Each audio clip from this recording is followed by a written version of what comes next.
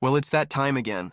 Outer Points Productions is about to go live with another Knockout Challenge match. Join me, Little Cheddar, and my guest live at the Varsity Club in Oshkosh, Wisconsin, as we will be delivering some of the best mediocre commentary in the business.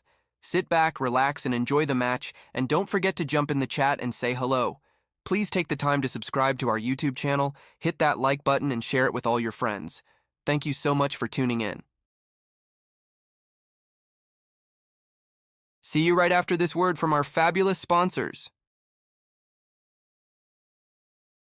Dumper Dan's charter fishing fleet in the Port of Sheboygan is Wisconsin's proven charter fishing leader, running the most trips and catching the most fish. Enjoy great fishing for trout and salmon aboard one of our 6 fully equipped modern charter boats with experience and professional crews. See why Dumper Dan's is the most popular name in the industry. We offer fishing and lodging packages featuring the best in riverfront condos and hotel accommodations. Half or 3/4 day trips available, so call to make your reservations today or log on to dumperdan.com. Dumper Dan's charter fishing fleet, Wisconsin's proven charter fishing leader.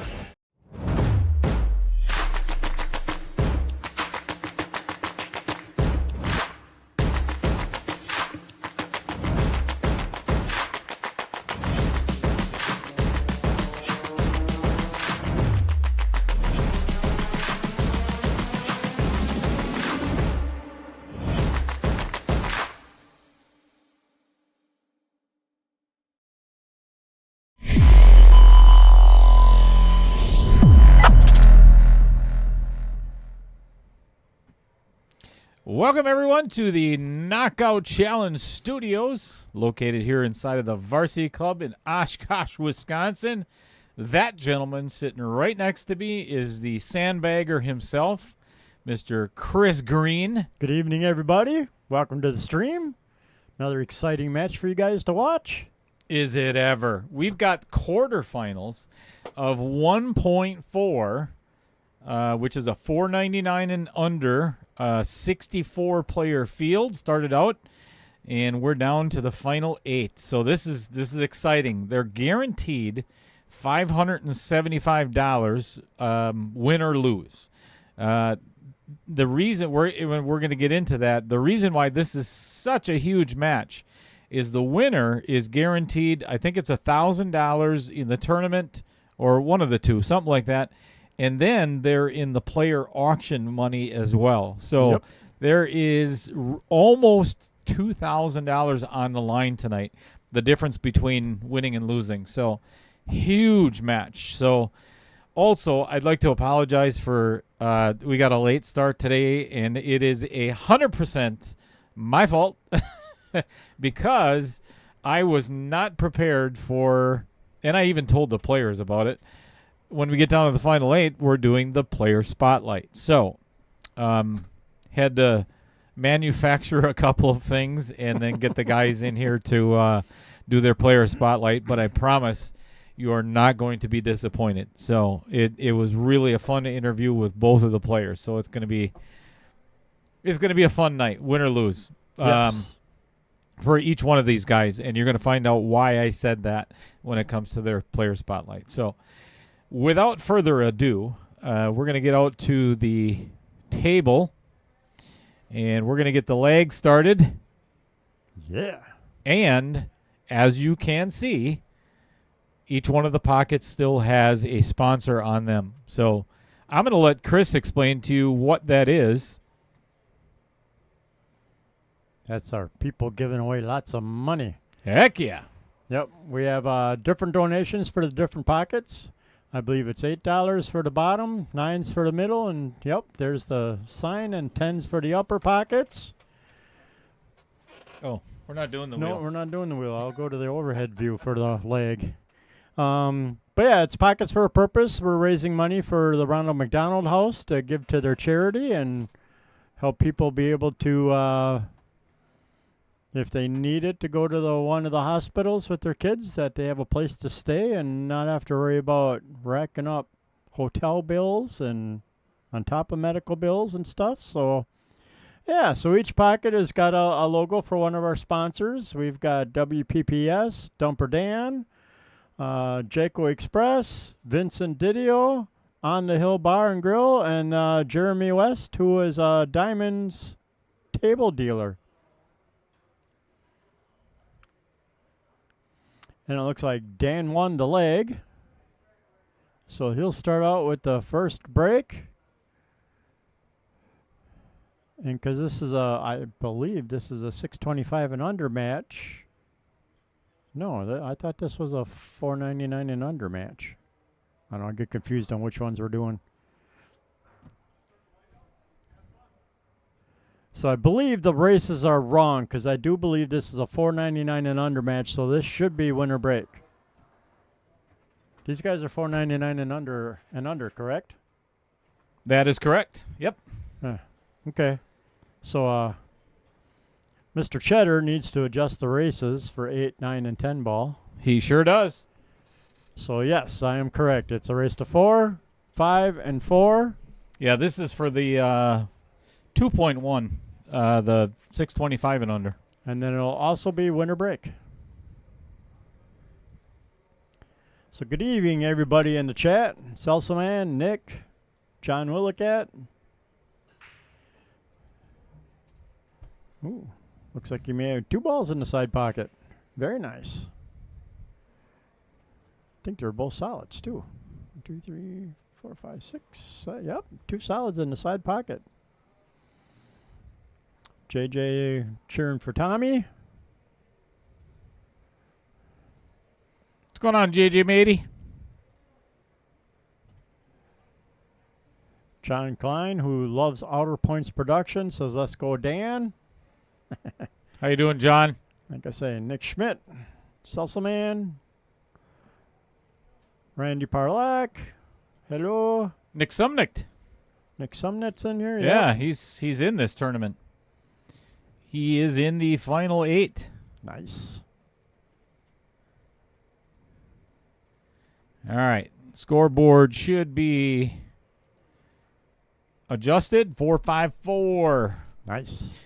So the players have decided that they're going to use the regular rack for 8 ball, and then they're going to switch to the magic rack for 9 and possibly 10 ball. Nice. And that is allowed. So thank you, everybody, for tuning in. Much appreciated having you here. If you're looking at the scoreboard, and if Chris was talking about it, this starts out with a race to 4 8-ball, then a race to 5 9-ball, guaranteed. So no matter what, it's a race to 9. If they split those first 2, then we're going to 10-ball. Did you describe this already, Chris, or no? Not yet. Okay. All right. Cool. Nope, I did not get that far. Cool. Randy says there's no sound. Is there no sound? Ooh. Okay, what happened?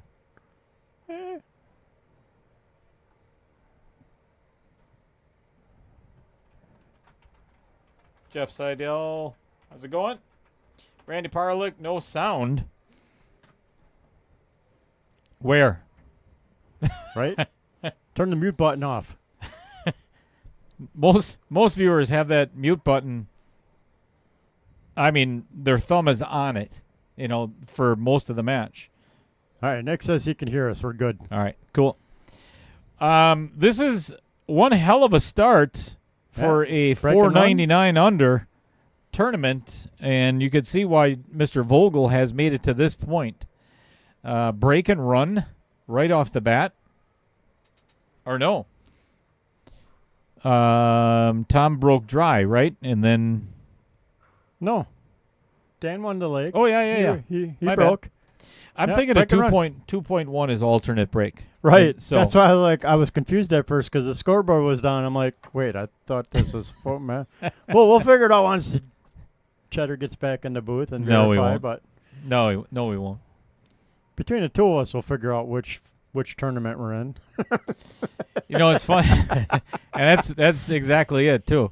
If you haven't already seen the flyer for what's coming up next, I'll put that up there just real briefly after the break. All right.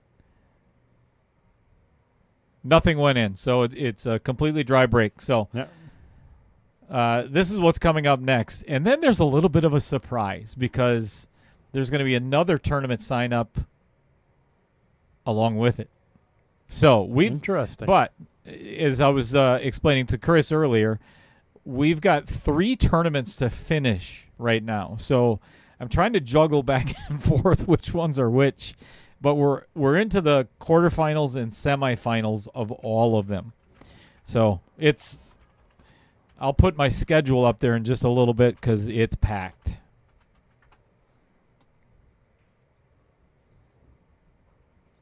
We'll see if Tom can come up with a break and run of his own, or I should say a dry break from Dan and a run of his own. And a run out of his own, yep. The issue is this 10 ball, but I think he's going to try to take care of that right now. He's got an angle on the 9. Nope. Kicks it out of there. I don't know if the 7 stayed out of the way enough or not. I think he has to play the 10 right now, all the way down. That would be the smartest shot. Yep. That's not an easy one, but it's either that or attempt a safe. And there's really... Well, the 3 and the 4 are difficult for Dan. Oop, hit it a little thick. And put it in a bad spot. Yep, that is an ugly outcome for the 10 ball. But makes it harder for Dan to run out also. Unless he gets just the right leave on that 3 to bump out the 4. Actually, the 4 looks like it goes past the 10. So, yeah, get on the 3, put it in the side, roll up, 4 in the corner.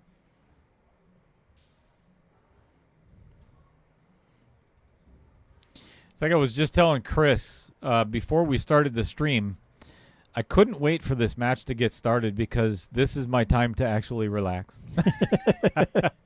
I've been here for 2.5 hours already, and the prep time that's the hard time.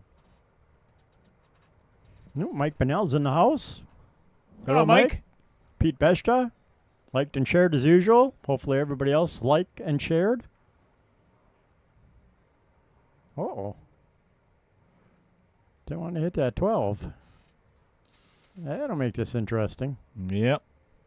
Dan just got himself in a little bit of a jam here. Yeah, he could play safe, bump the 6 into the rail, and keep the cue right on that 2 ball, which it looks like he's going to try and do. Or play the 2-3 combo. Yeah, smart shot. Yeah, good save. Leaving a pretty easy kick for Tom at this 12 ball. Yeah, Tom can hit it, but ain't going anywhere easy, that's for sure. Not with the 8 ball sitting there. Chris, you know what I forgot to do already? Mark whoever pocket that 8 ball went in? Yep, and that was Jason Harlan, John Co. Express.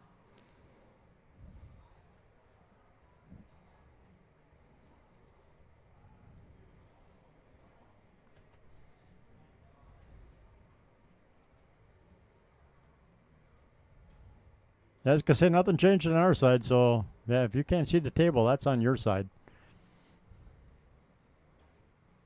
Maximize the window.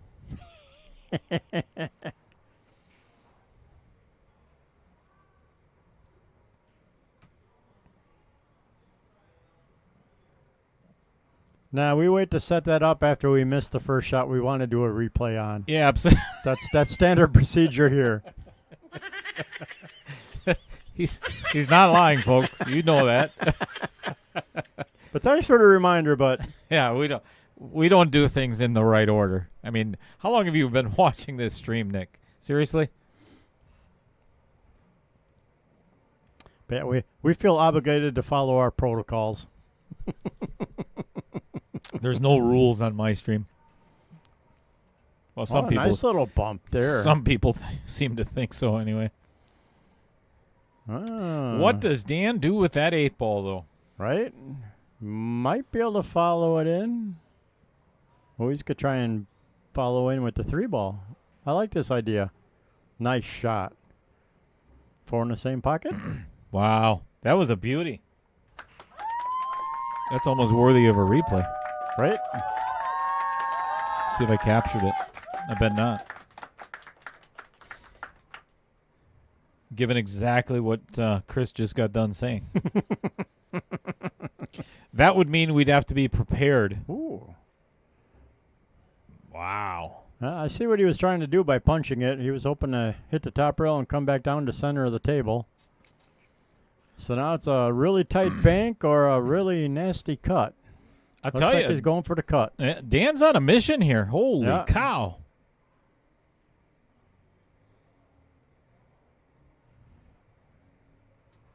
And really didn't leave anything easy for Tom. He does have the cut in the side on the 10, but it's very thin. And Yep. he's got to come 3 rails to get on that 15. So, yeah, you're right. Or it's the same brutal cut that Dan just tried on the 8-ball to cut it down in the corner. Or Tom could play safe if he really wanted to Yeah, and he maybe could hide him try behind the and 15. Hide behind that 15 and force Dan to... He didn't take much time either. He did call safe right away. A little hard, I think. Ooh. Oh, Yeah. boy, he left him the bank. This is not an easy bank, though. Nope. Let me get... That can double kiss because you can't... let's get in there nice and close. Yeah, he's kicking anyways. I didn't think so. All right, then we're going to go back to the other view.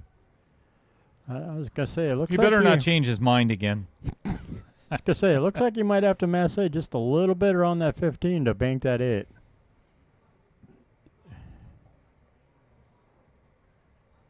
Wow, Nice what shot. a shot. Nice kick. All right, 2-1 and another $10 from Jason. So far, his pocket's popular tonight. Nice kick.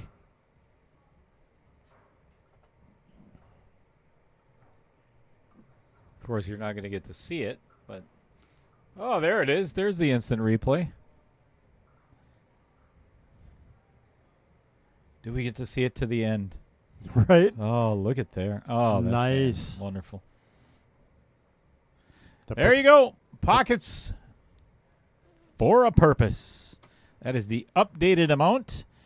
We are $26 away from 1,000, and that's without all the other donations. So, Nice. yeah, that's fantastic. Ooh. Well, second ball break, he even pocketed the ball, but yeah, that cue shot right off the side rail and right through the mess and straight into the heart of that corner pocket also. Crazy. I'll tell you what, Dan Vogel, if he continues to shoot the way that he has, Tom's in the going to have last- his hands full. yeah, and so is everybody else in the rest of the field. Yep.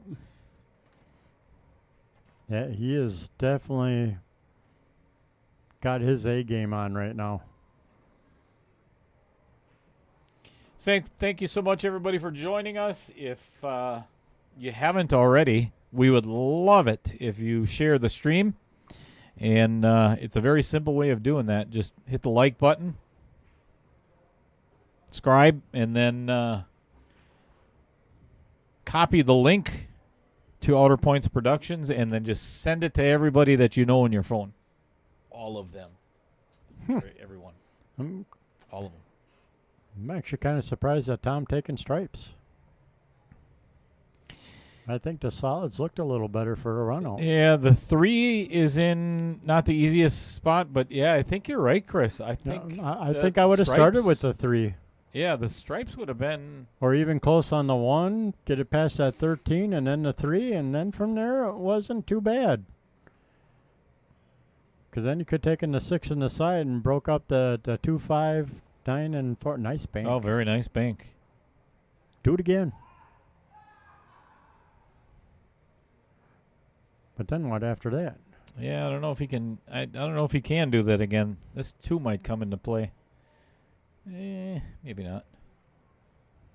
Not an easy one. Nope. And he's...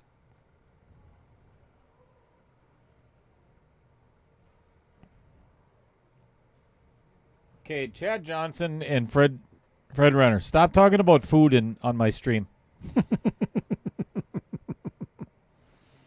You guys are making me really hungry.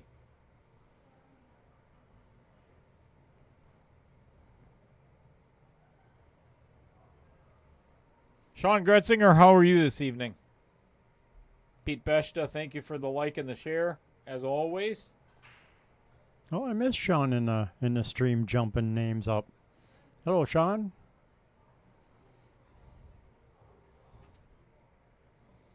Yeah, Dan's got some problems with the 6. The 1, I don't think, passes the 13. Yeah, the 3 is still a challenge. It's tight, the overhead view, but like you say, with the camera angle sometimes, that little fisheye throws it off a little bit. It's touchy. Definitely not a shot you want to shoot with distance. Ninja 9220 says go Dan.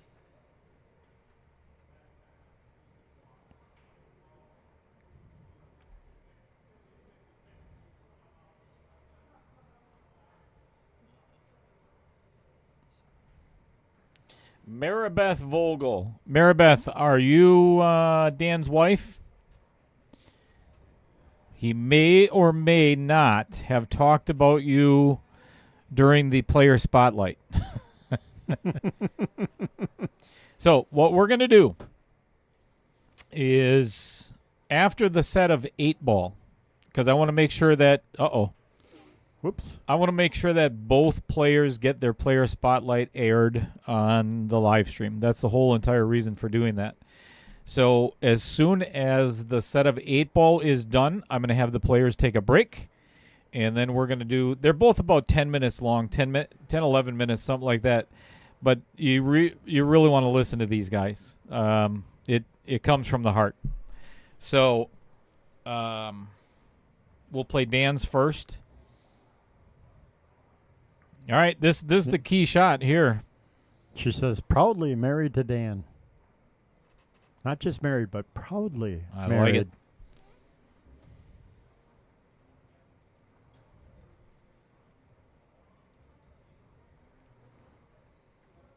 Hello, Holly. She's cheering for Tom.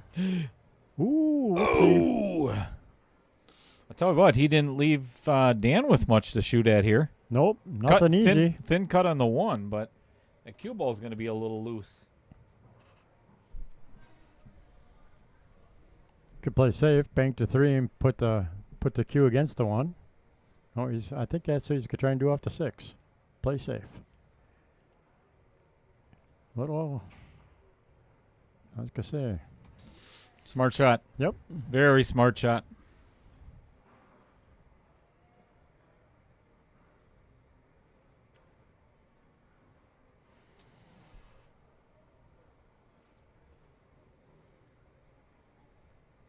Chris would have already gone for his jump cue. Yep.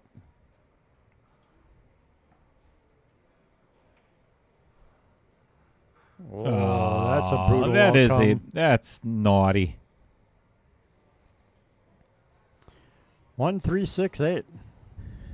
Gets a good hit and ends up fouling anyway, scratching in the side.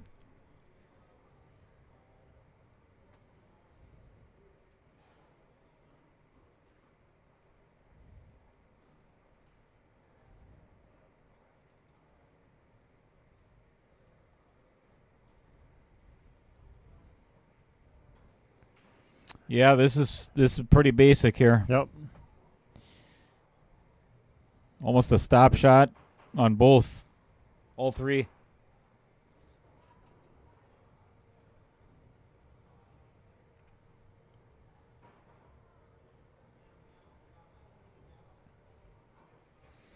Don Vogel, I am assuming you are Dan's brother.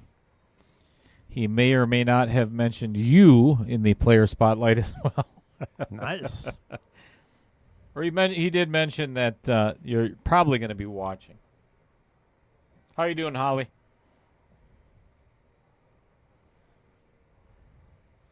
All right, that is a 3-0 lead already for Dan Vogel, taking command of this match so far. Yep. Definitely making a statement. Agreed, Fred. Can't ask for better than that for an outcome. And it does make it a lot easier. Especially with ball in hand. 3 little stop shots. Ding, ding, ding.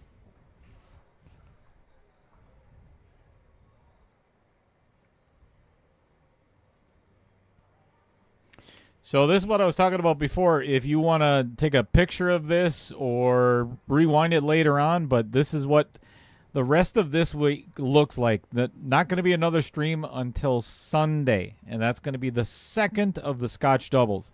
And then the next 4 nights in a row we're going to be streaming. So all kinds of good stuff coming up.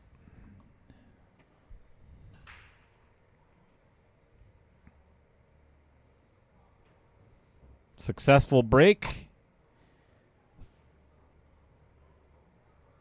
Stripe goes in the side, and I'll tell you, neither one of these are really very tough. No, they look both very, very doable. Not a huge fan of where the 11 is, but it's also the same with the 4 on the other side of the table, so it's kind of a horse apiece here. Yep.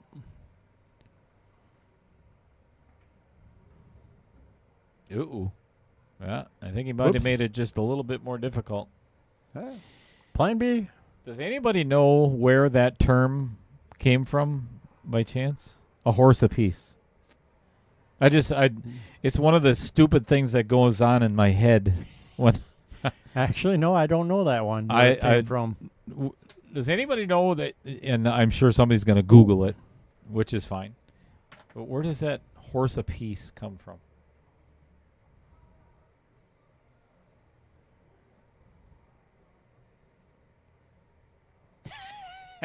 And there it is.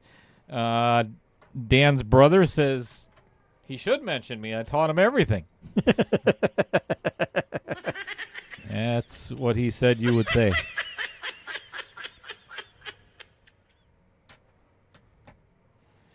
Well, if this 6 does not pass the 12 ball by the 2, then I would be playing that in the side right now. Yep. It's not an easy shot, but given the fact that that pocket is blocked with the 2 ball for Dan's 12, makes me want to take that shot. Oh, and it just doesn't pull itself. Gravity does not take over. Nope. Both boys lost out on the outer point on their side pocket.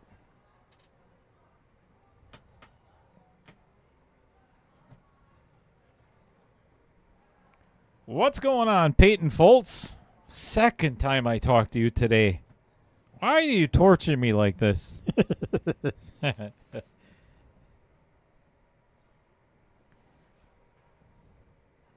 You're not the first one to suggest a Jack and Jill Scotch KO. I like it, Holly. Oh, the Vincent Vincent pocket. Didio strikes for the first time tonight. You know what I forgot? Fred says it's a phrase from the old dice game. That's what Nick Sumnick said as well. Oh, I miss Nick's. Sorry, Nick. Where did the 8 ball go in for Dan's last game?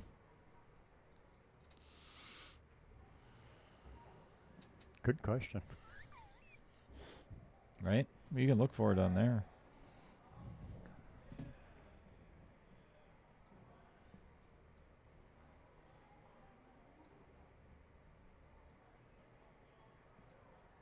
I think he went too far.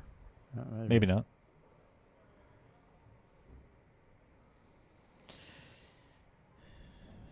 Well, I think, yeah.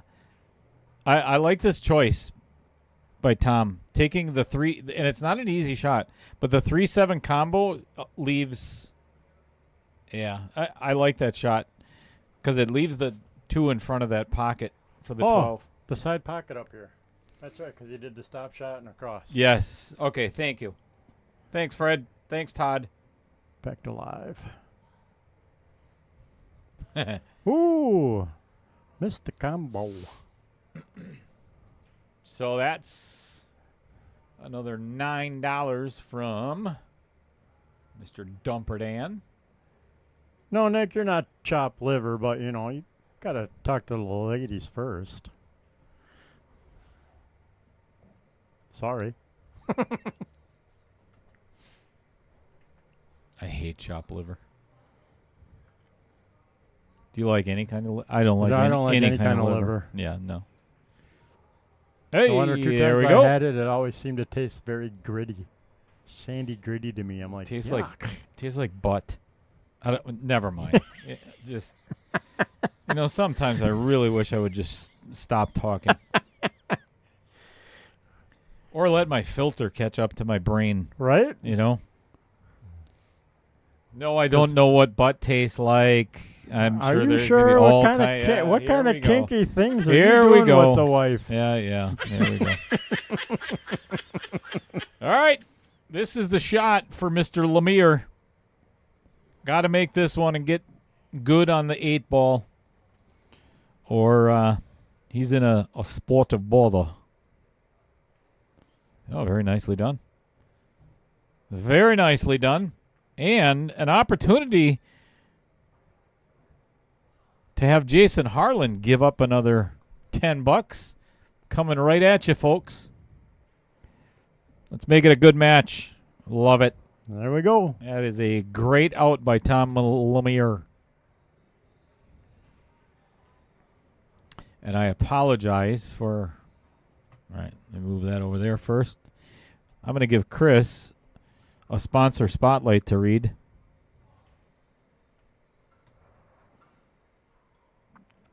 Ooh, the Varsity Club. You are here. We are here. Yeah. Congratulations.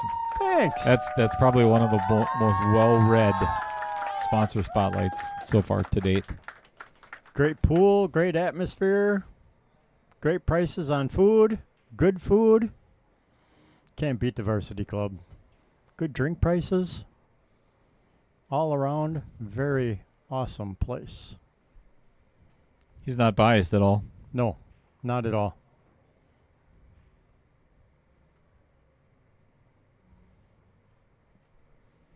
Maya's in the house.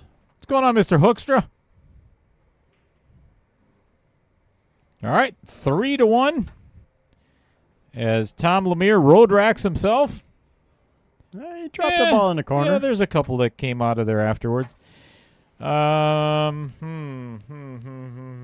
would definitely take. Boy, I think I would have to go with stripes here, Yep. Yeah, I don't like where the 6 is. or the And one. the 3-2. Or the 1-3, yep. Yeah, and there's really no way to work it out of there either. And if he's got the angle on it, I would almost start with that 9 ball. I think I would actually take. Or the 12 first. Yeah, The that's 12 or the 9.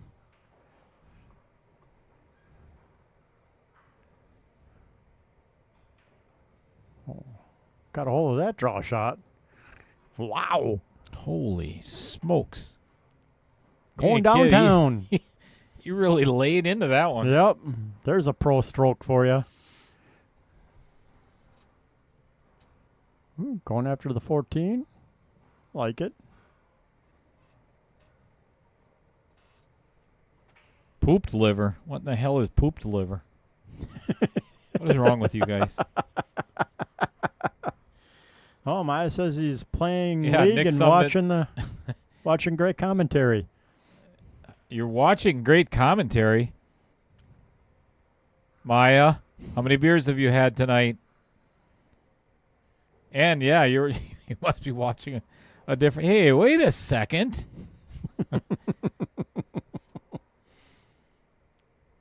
You, Nick, son of a.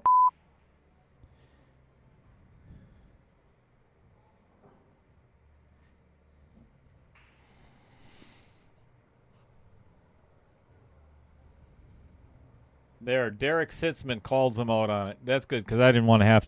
Maya's a friend of mine, so I didn't want. I didn't want to have to do it. That's all right. It's fun picking on Maya because he's one of those guys that has like super thick skin and gladly give it back to you. Right? It's Mrs. Cheddar and I talk about that pretty often. You know, that's the difference between men and women. When women are picking on each other, you know, it's cruel. Yep. And there's There's meaning behind it. Yep. When guys pick on each other, That's our way of saying, hey, buddy, how's it I going? love you, man. I love you. You're the biggest dick I've ever met in my life, but I love you, man.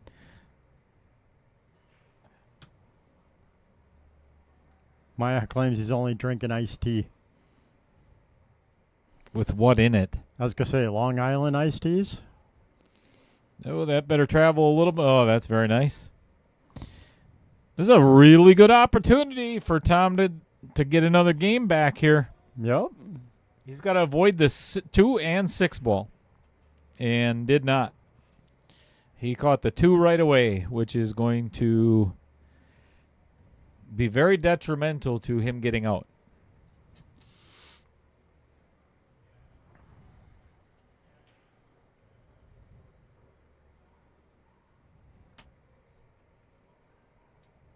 You call this by the 4? I think so. He did. Nice try. Wow, he got a big piece of that. Ooh. And didn't leave Dan with a lot to shoot at. Mm-mm. He does have the 3 in the side, but that cue ball is going to end up going between the 12 and the 13. Or he could play safe, too. Yeah. Yeah, he did Playing call safe. Ooh. I think he left him the 13 I clean. was going to say the same thing. I think that's a bad save. I think he left him to 13 all day long.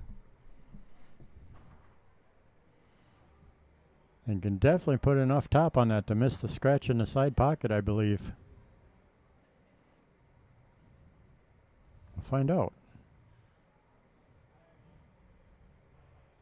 Yep. Yeah, that was a tough shot. But didn't scratch, so he didn't give up ball in hand. Oh, right away you're going to mess with my camera again. I tell you. I got to make sure you're right in. See? That's perfect now. Look at you. I'm What a good looking. guy. Yeah, jeez. Here we go. Oh, wrong button. Oh, there's the good looking one. Never mind.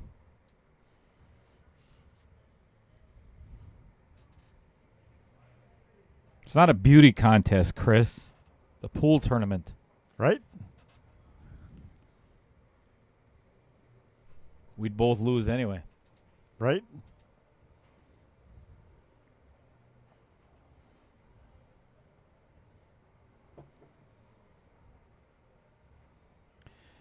He did it again. Yep. Called safe and left Left both Tom balls wide open, actually. wide open. I mean, granted, he's taking the 13, but he can see both balls.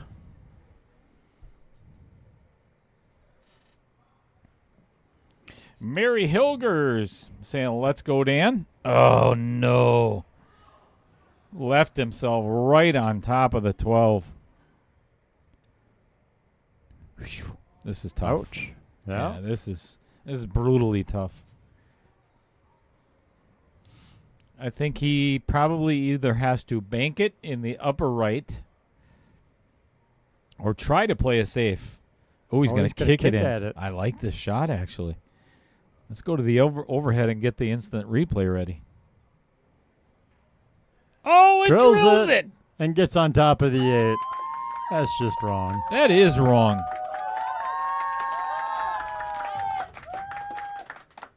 That is just so wrong. What? He's gonna try and This kick is like this a one in. This is like a Roger Pregler highlight reel from the UPL exhibition match. Roger kicked 2 of them in a row like this. Kind of. Oh, my good. I tell you what, he's going to get a round of applause just for the effort Being on that. close. That Yep, was really good. That was a beautiful attempt. Look at this kick shot on the 12. I mean, this goes center pocket. I'll be pissed if it doesn't. Yeah, just drills it. All right, Uh-oh. Yep, this is going to be a little harder. He's straight in on the 7.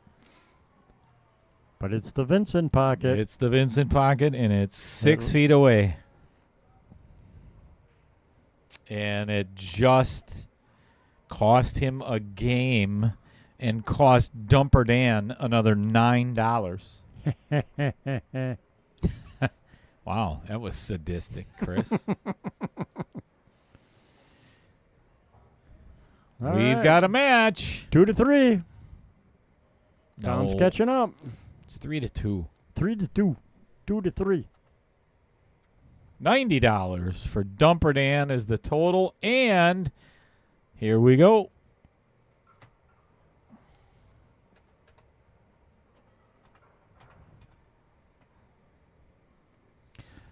The new grand total, check it out,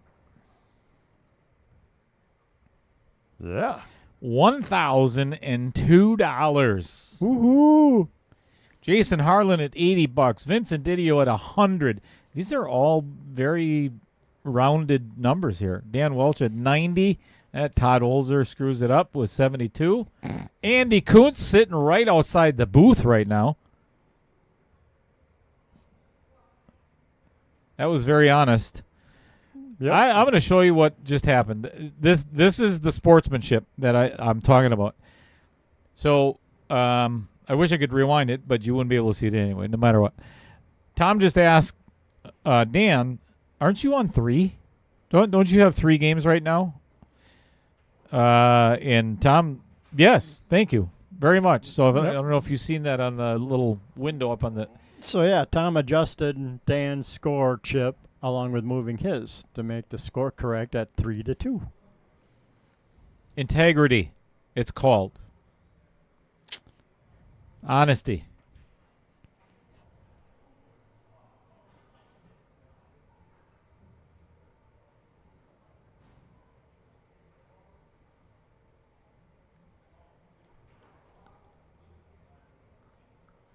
Yeah, Fred Renner, exactly. All tied up at 3-2. That's something I will never, ever let Matt Strong live down.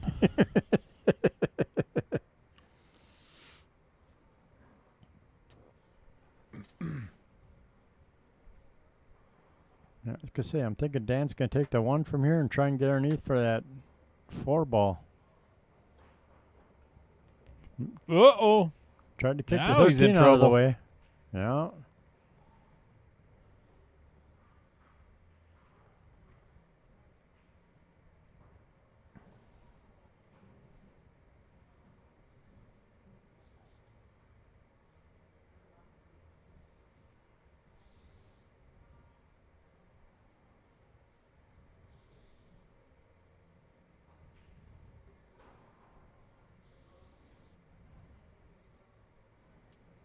Dan calling safe. Not that he doesn't have much of a choice. Good idea. A little too firm.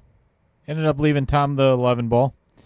But it's not really, I don't think it's going to hurt him much unless if Tom could play this 11 and run into that 14 and just kind of dislodge it from the 8 ball, it's going to help his case. And he did. Yep.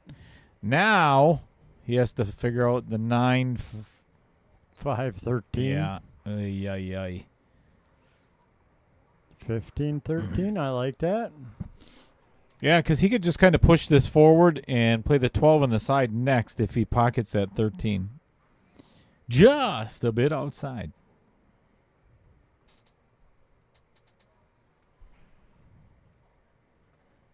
Now, can Dan take the 4 and break out his 5? I don't think the angle's there to hit the 9, no, but we'll see.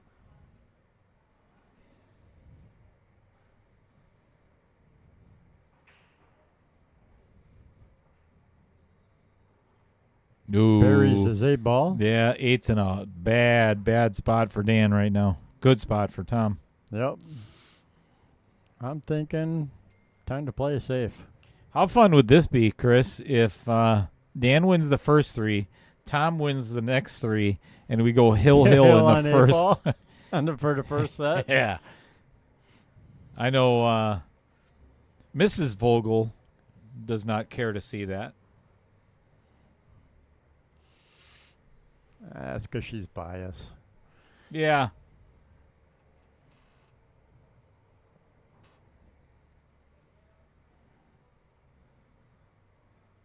That's not allowed on Outer Points Productions. Nope. Got to be neutral.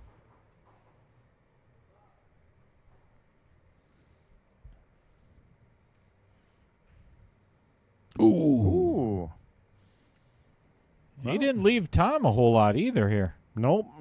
Kind of got away with that one, in my opinion. I'd be playing safe if I was Tom. Not sure where, but I think I would. I would probably play to 15 and try and bump it a little more towards the 13 and just sit on that bottom rail. Because that cluster blocks the 6. And if you're down on that bottom rail, maybe you can see part of the 3, depending on how hard he hits the 15. But what are you going to do with it?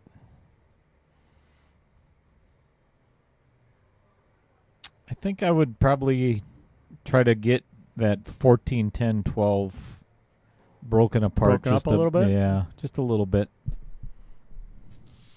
Could play the 14-12 combo if you wanted to get a little crazy. Right, Fred? Yeah, no doubt.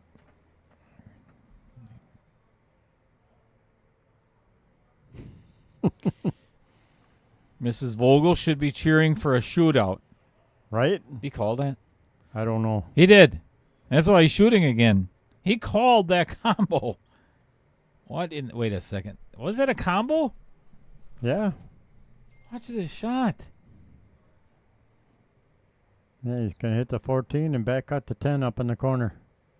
Get out of here. Nice shot. No doubt.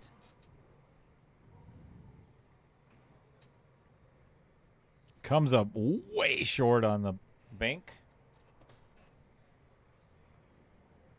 Well, if Dan can play this 6 first, draw back all the way down by where the 8 is, or that area, he could play the cut on the 3 and break that 9 away from the 5. But then he has to work on getting on the 8, and that's the hard part. Yeah, just a little bit further, and he would have had exactly what I was talking about. Now, getting on the 5 is pretty much impossible. Adam Granatella, what's going on? Yes, that was a push combo safe. Yes.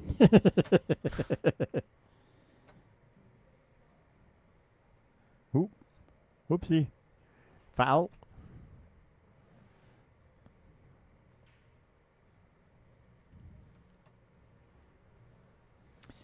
Opportunity for Tom to tie up this match and go to a sudden death game of 8-ball. We should make him play ultimate 8-ball. Right? Get the 30-second shot clock in play. I like it. I liked it. Jason did not. I liked it. It didn't bother me much. Adam Granatella. Why is it? I had to talk to you twice in one day, too. Man, I tell you. You're just a popular guy. That's not what I was going for, but all right. Oh. I did not think that was going to fall. Nope. All right, let's see if he can manage to pocket this combo. Because this, if it goes in, the 15 should come out and sit pretty close to the pocket as long as it doesn't get behind the 5. The question is, how much momentum is this 8-ball going to take off of the cue ball to get it back out to play the 13 in the same pocket? That's what I was talking about. 15 came clear, and it I think it does go past there, but now he has no shot on the 15. So now you got to play smart pool. He's banking it. I don't know if he's thinking about trying to two-time bank it, but he's banking.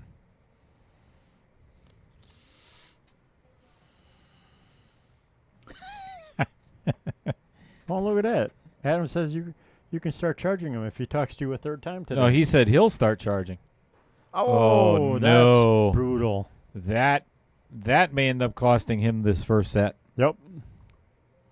And I say may. Five ball stop shot, 3 ball follow it over, 8 back in the same corner pocket as the 5.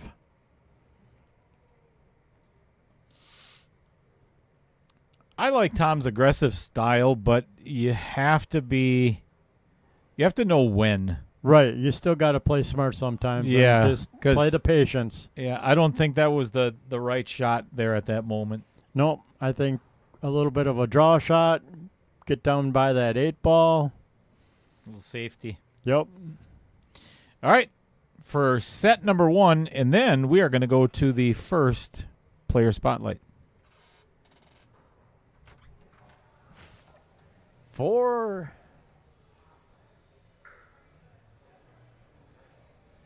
to 2. And yeah, Dale will do the player spotlight, so we'll be back in a few minutes. All right, don't go anywhere, folks. Like I had mentioned, we are going to go right into Mr. Dan Vogel's Player spotlight. Player spotlight.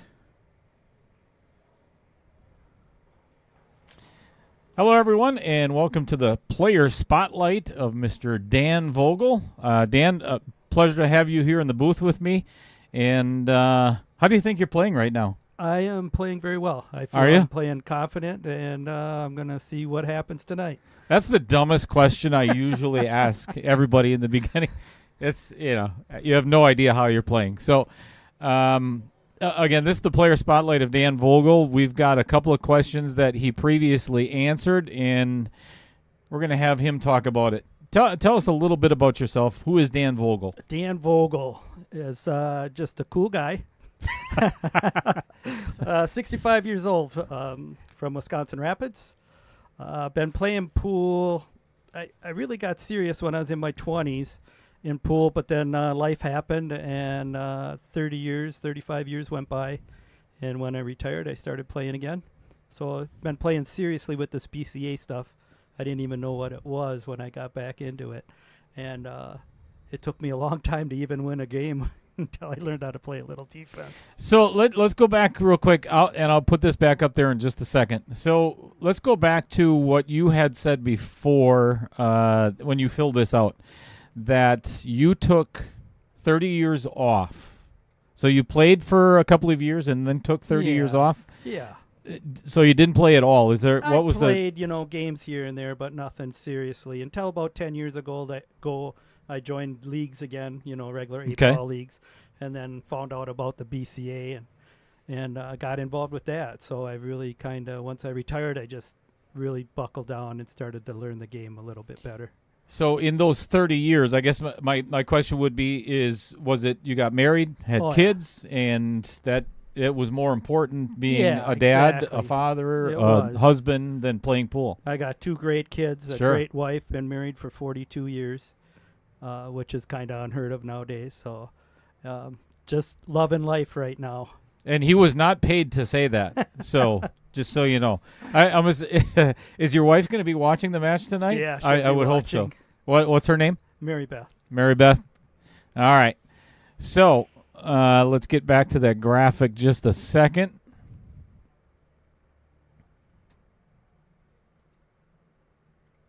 Favorite game is 8-ball. Any particular reason why, or that's what you've always played? I don't like 9-ball because You can say it's the luck factor. It is, but the good players at 9-ball, I don't want to take anything away from them.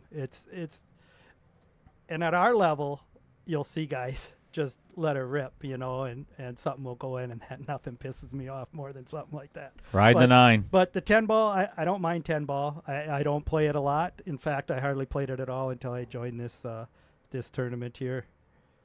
Hardly ever played 10-ball. I'd have to look back at your matches. Did you play 9-ball or 10-ball in any of the 3 previous? Yeah, in the first match I won all 3 sets, and then the second match And that was what, against Canham?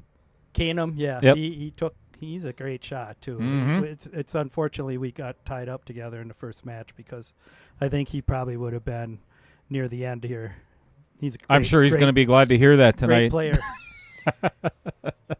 And then so the next match just went to 2 matches, and then Jordan, we had the shootout. So Sure.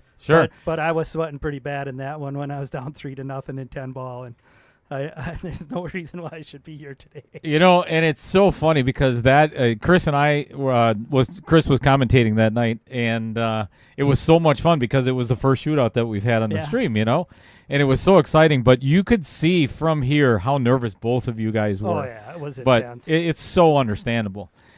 So the last thing that you had on the graphic there was your favorite restaurant was your wife's cafe. Do you suck up much, Dan? All the time. That's why I'm here. I get to go places. Oh, that's fantastic. She's a great cook. Great woman.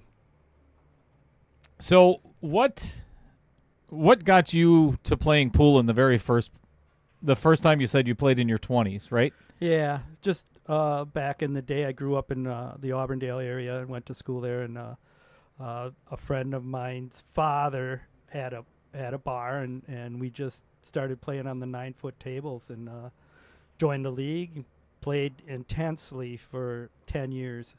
And then I got hired in the mill in Rapids, and worked swing shift and night shift and weekends. So and then I just raised a family, and it paid off. I mean, everything's good. I got a couple grandkids and 2 great in-laws.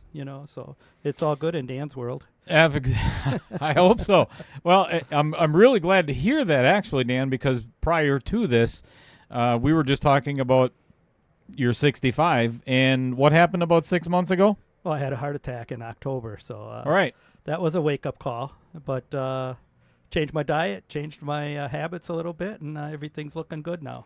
So, was it one of the? And you don't have to talk about it in detail or anything, but is it something that you just all of a sudden out of nowhere that you never would have expected it to happen? No, I got a pretty big family history of heart disease, but it's never going to happen to you. Yeah. But I did find some humor in it that night that I was getting transferred to the Wausau Hospital, and I shouldn't say this, but no, you can't. My ambulance driver had a lazy eye. Okay. I thought, I'm going to die on the way to the hospital. She looked. I'm buckled in the ambulance. Buckled in the ambulance, and I got a nurse on each side of me, hooking me up to all the machines, and the driver comes in and shuts the door. And she said, "Don't relax, Mr. Vogel. We'll have you in Wausau." Yeah, relax. You're having a heart attack. Sure. And she's talking to the 2 nurses on each side of me, with her eyes. So I thought that was kind of funny. The nurse did ask me why I was laughing. I just said, I got a 6th sense of humor. So yeah, and the worst part is probably, if they had to stick a needle in your heart or anything to get it back going again, is she going to hit one of your lungs instead of that's I get it. But it worked out all good. So here to laugh about it. So one of the questions, do you have a nickname? I don't. You don't? All right, we'll think of one for you on the stream tonight. Chris and I will come up with one. Play with Jacoby. So is there, obviously because you live in Wisconsin Rapids, Nakusa is right there, home of Jacoby and everything. Yeah. Is that the reason you're a Jacoby player, or are you a rep of the company? I am not. I work part-time at his spot, pool hall. Just when Dave, our manager, is gone, he'll have me fill in for him. I'll fill orders, 10 bar, whatever it takes. And been there for about going on a year. So okay, not a sponsor. They did sponsor part I think of my they should. entry. They did sponsor some of my they do give me discounts on the shirts. Oh, that's nice. So it's cool, and they're comfortable shirts. I talk to Brandon from time to time, so yeah, that's cool. So you had mentioned early married for a long time. How many kids do you have? I have 2 kids, a son that lives in Wauwatosa and a daughter that lives in Fond du Lac. And you said grandkids, how many are there? Just 2 boys. Okay. Crazy fun boys. Yeah, I could imagine. Yeah. Your wife probably needs a hug. She gets plenty of them from the kids. No, that's good. So in preparation for tonight, is there anything that you like to do, whether it's mental or from the mental side of things, or Yeah, I actually developed a routine for this stuff. I get up in the morning. I did 40 miles this morning on the bicycle, and excuse 40? yeah, 40 miles. on 40 the miles. Yeah, I got up and then come back and what else did I ate? Good. I made a nice healthy smoothie before I came here, so Okay. I got a good workout in. Mowed the lawn after I got the bike ride done, and then just that workout. Just if I mess up on a shot, it used to bug me, you know. And now We're I can- perfectionists. Yeah, and then now I just go sit on the chair and hope I get another shot. Yeah. Redeem myself. So that's Got to have a short memory in this game. you That's do, for and sure. it took me a long time to get to that point. A very long time.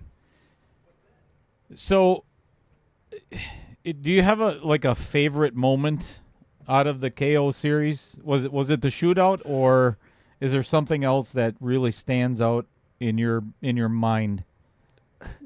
That shootout was something special because, like I said, I came down from 0-3, and he had a 3-game lead on me, and he had opportunities to go out. Yeah. And I want to say it sucks to be him, but I'm just happy as hell that that happened, and I got another shot every time that happened. I'm sitting in my chair, just give me one more shot, give me one more shot, and it paid off, and so no, that's one of my great moments in the knockout challenge. The only other highlight I have is winning the state championship, the ACS state championship in Oshkosh in 23. So, and that was a lower division, of course, but Sure. I went undefeated in that, so I felt pretty good about that. So that gives you a little bit of confidence going into everything that's happened up to that point. You have that never give up mentality. Yeah. That I'm not out until I have to put my cues back in the case and go home. And as we had mentioned before, Chris and I we're sitting here watching him like he's coming back. Yeah. It lo and behold, here we are getting set up for a shootout. I know I had to go back Never and watch expected that. I had to go back and watch that once just to see how the hell I came back, how I was able to finish out that night. Well, Dan, it has been very Yeah. much a pleasure having you. It's a pleasure to meet you as well. And I like I said, I really appreciate all this stuff for us lower level players. It's just a great position to be in. I enjoy the hell out of it, and that's the whole idea behind it, is to give something. It's always been my mentality. The stream allows you to go back and make your game better. Yeah. That's the reason for it. So Yeah. I hope that's what's working. So a pleasure having you in the tournament. It's always fun to have a consummate gentleman when it comes to sportsmanship and everything else. We just love to see it, of course, on the stream. So Awesome. best of luck in the tournament, and maybe we'll see you again in the semifinals. I hope so. All right. Thanks, All right, Dan. Thanks for all your detail.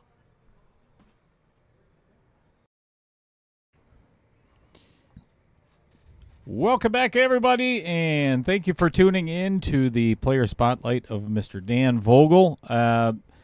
Fred Redder said it best a while back. This is almost a year ago, and he said it ever since. It's one of his favorite parts of when we get down to the finals of all of these tournaments, is really getting to know the player themselves, and that is.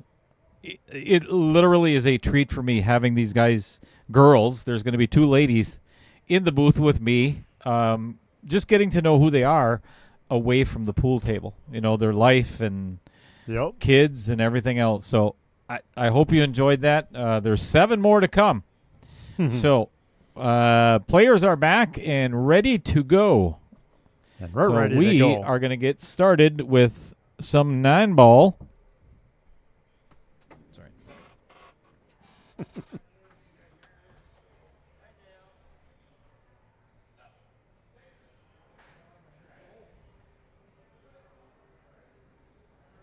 All right. Bringing Dan back to the table. Get him to break. Let's have some fun and some 9-ball.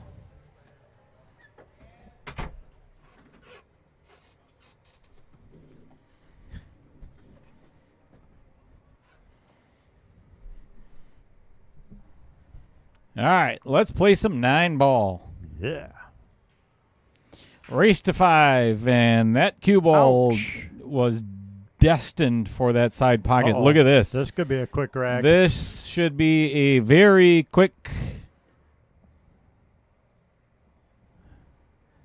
This is one of those where, do you feel bad? Yeah.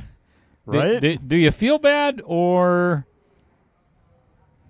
You can't hear it. The players are not mic'd up, but Tom's kind of joking around with Dan about the start to this. So, yeah, and makes it. So Yep. that is One for Tom. That's a quick rack. And another $9 from Dumper Dan. Way to go, Dan. Both Dans. Dans are winning that game. Dan's are. No, Tom won that. Oh, you're right. Sorry. Speaking of winnings, I'll put that up there in just a moment. As soon as I update. He is now at $99. Nice.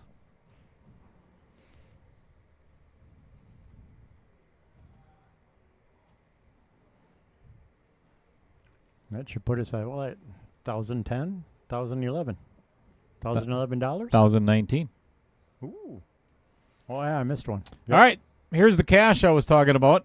Check it out. This is what they're playing for tonight. They're guaranteed $575 as soon as they walk out of here, whoever ends up the non-winner. But the winner moves on to the semifinals and is guaranteed $2,500. That is a major difference between coming back and not coming back for the semifinals. So, Yep. and of course, you've got the creme de la creme, the coupe, the cream on the top, the frosting in the middle, whatever you want to call it. Of first place is $8,400. Yes. Giddy up.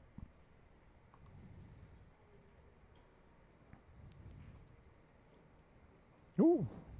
Just a bit outside. F4 is in nasty spot.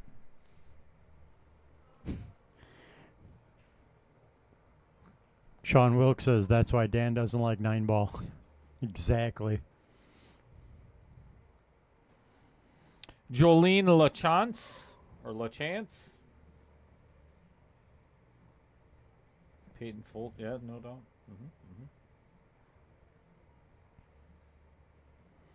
Nice. What's going on, cut Sean shot. Wilkes? Sean Wilkes is the highest Fargo-rated player in the Ultimate KO Challenge coming up. Nice. I'll probably end up having to play him first. Well, that is not a well-executed save. That is a Chris Green save, we call that. Yep. Leave your opponent wide open and lull them into that false sense of security that they're going to run out. Exactly. And then, get the screw 3-ball up. out.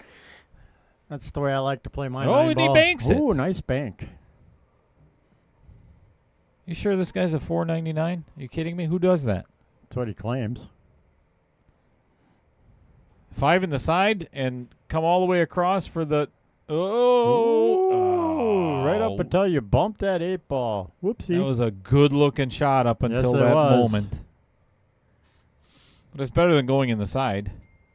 Oh, look at this save. Nice Ah! safe.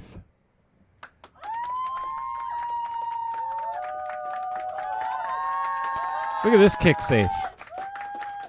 This is a dandy. Probably missed the end of it. Oh, look at that. I mean, snuggles it on the backside of that 7-ball. Oh, and then Dan comes back and kicks it in. Come on. Beautiful shot. What the hell is going on here? Okay, that's the... Dang it. Missed that one.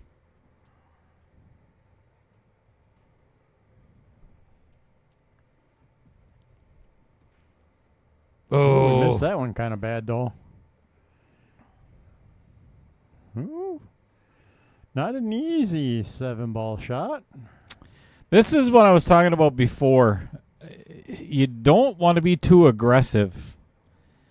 This is kind of a two-way if he so chooses. If you play the bank and play the 7 at pocket speed, and then you got to get behind that 8 ball.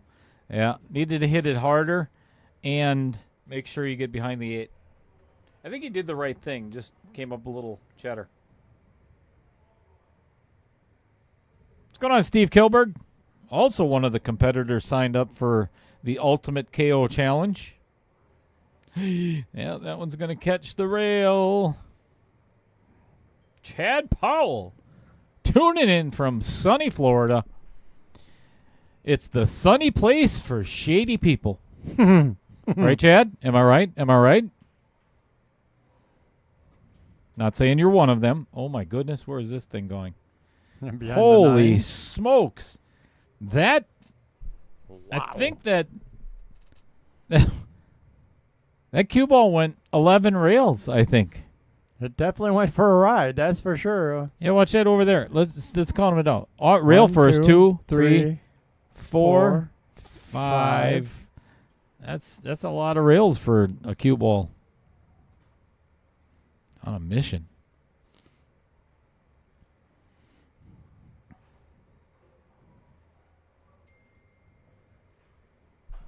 Ooh, I don't know what that was. That was an ugly that try was at the kick. Or cut, I mean, sorry. No, I think he went for the bank.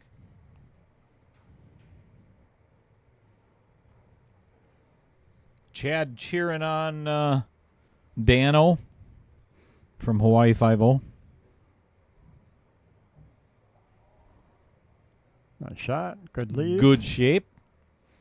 Another $10 coming up for Jason Harlan if he makes this.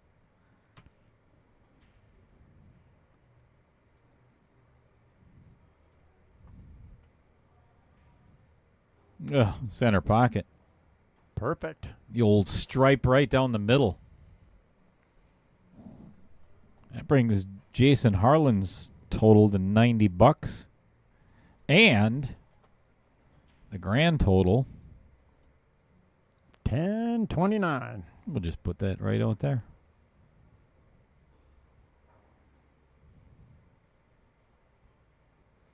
Again, pockets for a purpose. Every time the game-winning ball drops, the sponsor of that pocket adds that amount to the grand total, raising the stakes with every win. So each one of these donors has a max amount that they're willing to donate.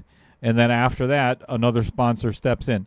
So the reason that I tell you that is I am looking for more sponsors to fill up one of those pockets if you so choose. Would greatly appreciate it. That is, we're trying to get to $3,000, and without having each one of those pockets sponsored on all of the matches, there's I think 8 remaining matches or 9, something like that. Until we get to the finals of all 3 of the tournaments that are currently running. That includes the Scotch doubles in 2.1 and all of these matches as well. I think we have 7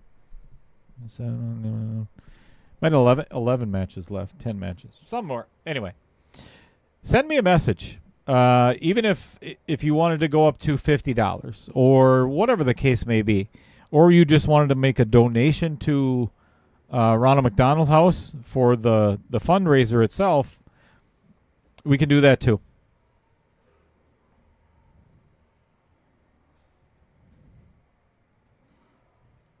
And I'll show you that graphic in, obviously it's not updated, but. Ooh.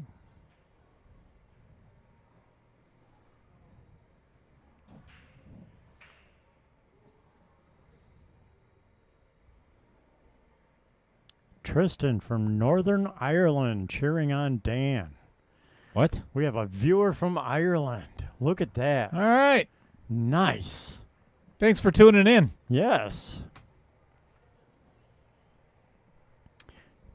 Did you see Chad's lovely comment for Dan? I'm afraid. Chad Johnson says, "Let's go, Dan.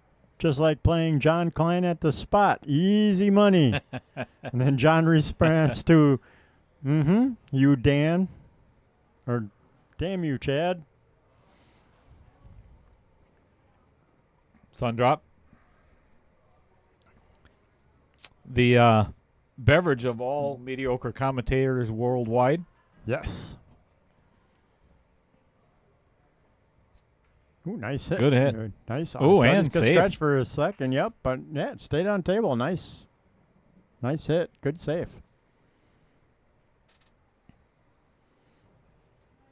Like I say, it always pays to make that hit sometimes.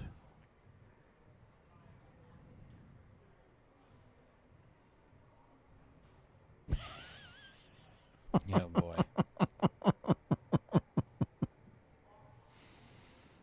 Really, Adam? You're actually going to say that joke to a man from Ireland? That's funny.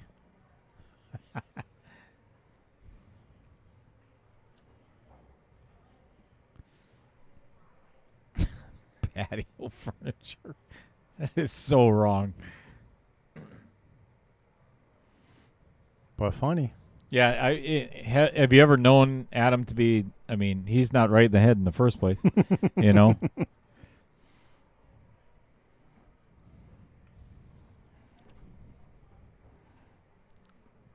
Sounds like I need to hang out with him more. Right. Me too.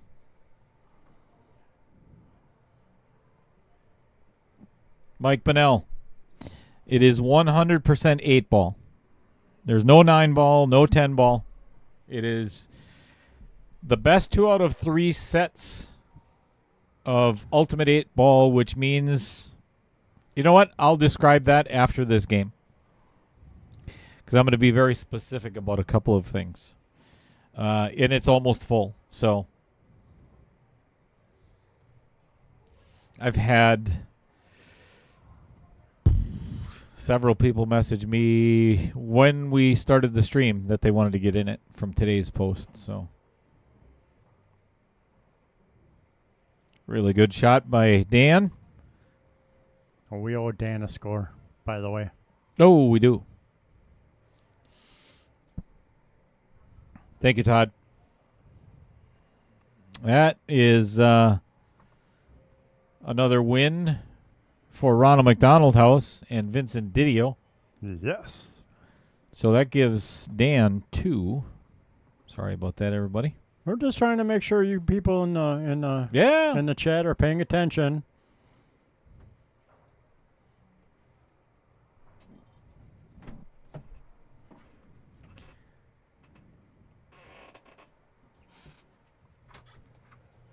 You know, we don't want you guys falling asleep out there and letting the score slide by.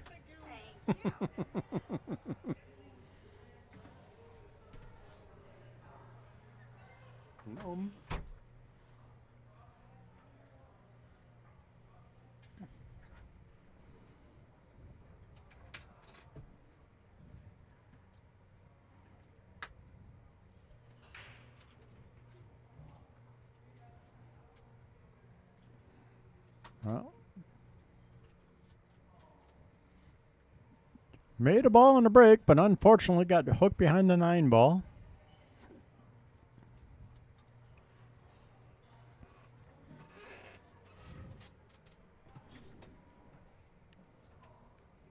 So now most likely he'll be calling a push, because I don't see him dragging out a jump cue.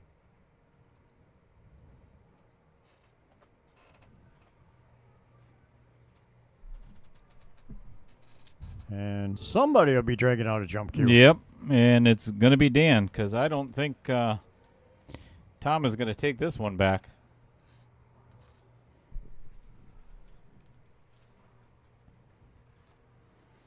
Yeah, going for his jump cue. I don't think that was his plan.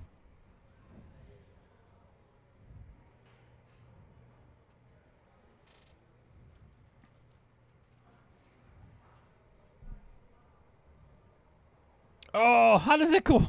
What? How does it go around there and not hit that one? There's not room. There's not a lot of room between that rail and the 1 ball.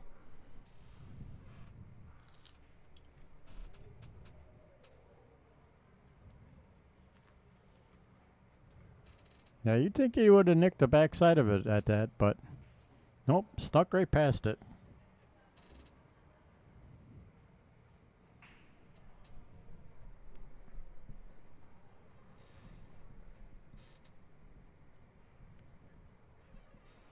Ooh, we got a couple people from overseas.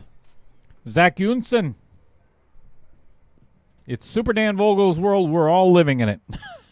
Cheering on Big Dan all the way from Scotland with the help of Tanner and Colin. That's pretty cool. Shout out to everybody in Ireland. Thanks for tuning in.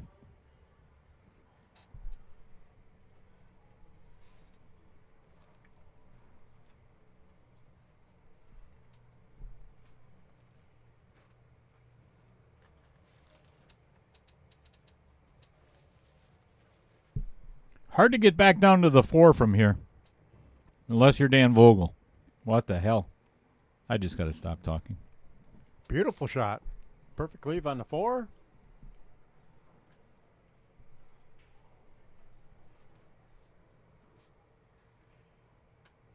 Wow. I'll tell you what, that shot on the 3 was beautiful. There's not a lot of 600 and above players that could have gotten that good a shape.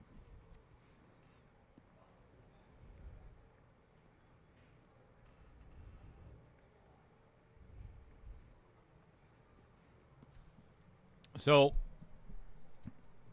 just to kind of give everybody a little bit of a warning or a heads up, as I had mentioned before, I have to try and time this out where that might make a difference.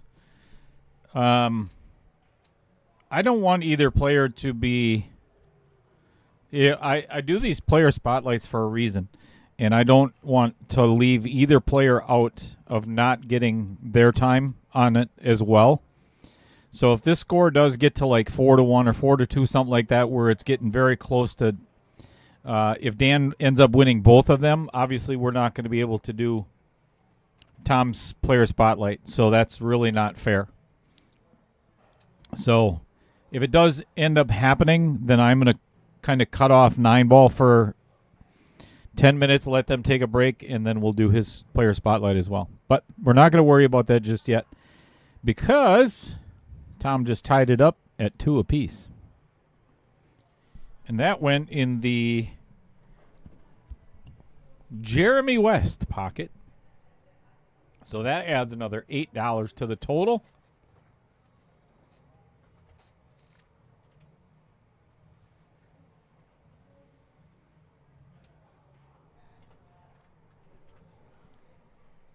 Shouldn't you have the lawnmower in the grass and not in the middle of the road?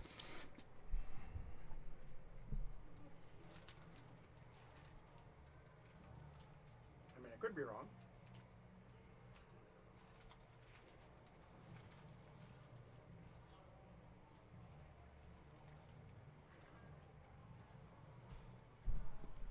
So I got a stupid question for everybody.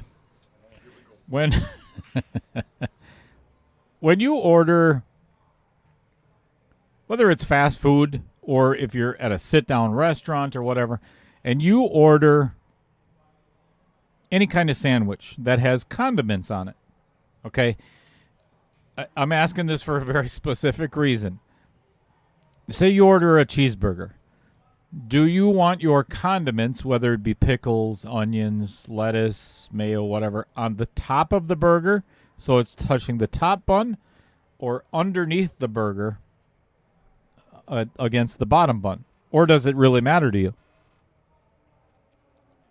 What's your answers in the chat?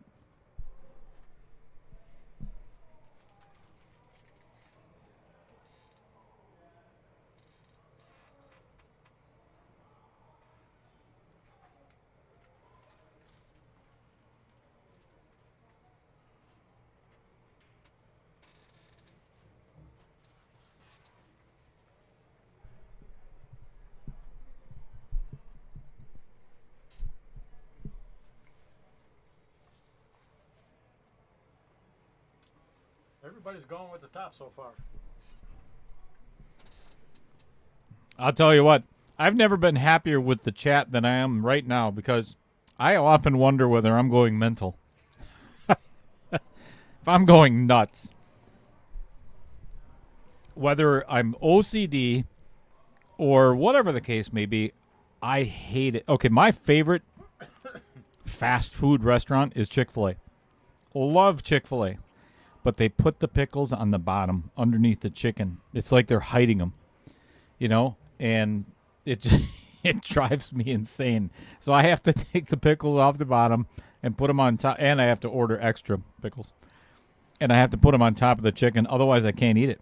So, like a cheeseburger, I don't mind my pickles on the bottom, but if it's just a regular burger, then it can be on top. But see, and the reason I ask this, I'm going to show you exactly. You're going to think this is so stupid. So as soon as he hits the shot, I'll show you. Oh, no. Dan. Oh, that cue ball needs to slow down. All right, look at this cheeseburger. Just took a bite out of it. But the onions are on the bottom, right?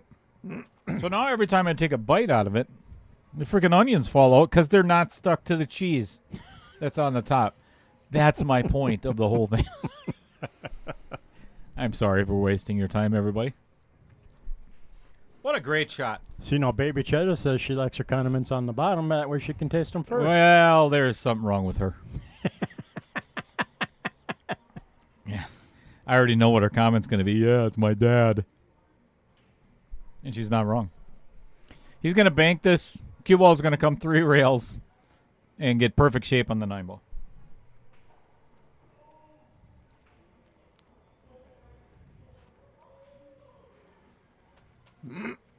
Perfect. Did I call it?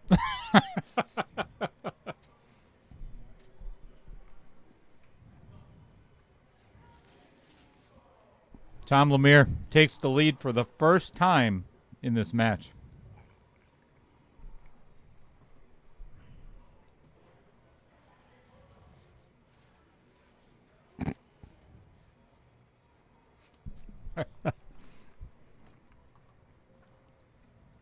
And you wonder why he doesn't get you any pizza. Right. Chris, talk about Andy Coons. Andy Coons, owner of the Wisconsin Pool Players Society, was created to share tournaments and other pool knowledge and discuss other pool-related topics. With over 11,500 members, it is the largest Facebook post group in the Midwest.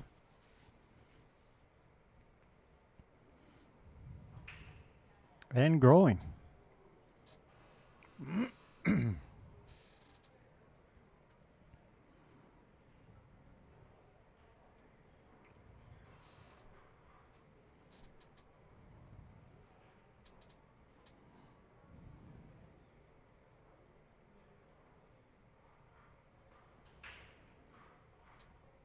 Now you got this whole thing going on in the chat about the burger sliding and not sliding and condiments sliding out and Right in the middle of a pool match.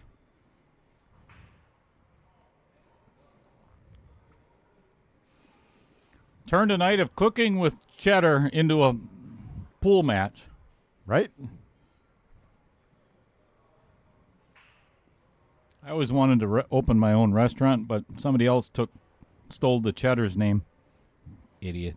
Jerks. Ouch. Dan did not do himself a favor on that shot.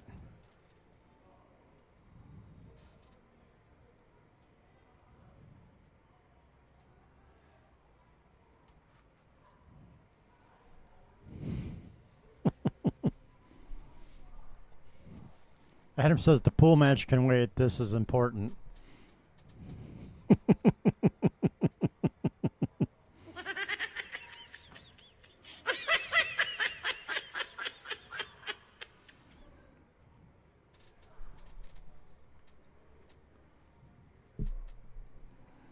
That was before he got food.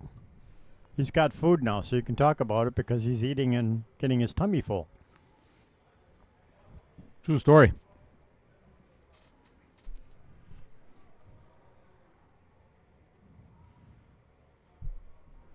Baby Cheddar tunes in, and right immediately following comes Nader Animator.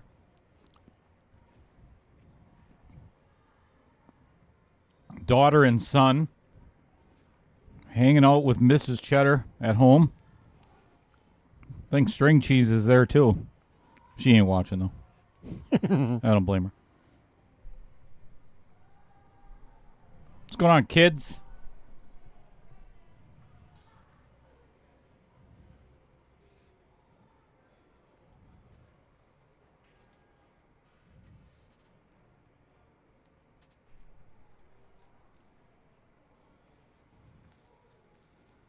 Nice little cut shot.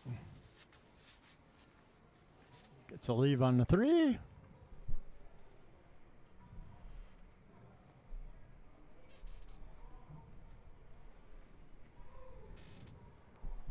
It's a nice little leave on the 4, but Be kind of hard to hold for that 5. yeah, this is going to be a little bit of a challenge to get on this 5 ball.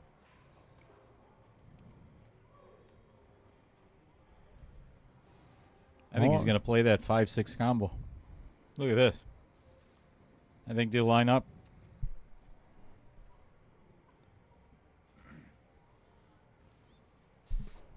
Ooh, is he going to get away with it? No. That is Gafluke the 5. Nader says Mrs. Cheddar and String Cheese is out and about. Oh. She's not watching the stream. All right.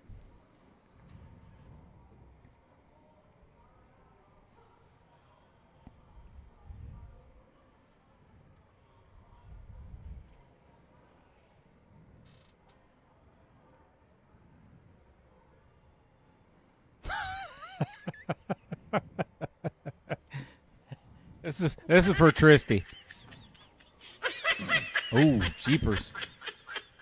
Dan seems to have lost his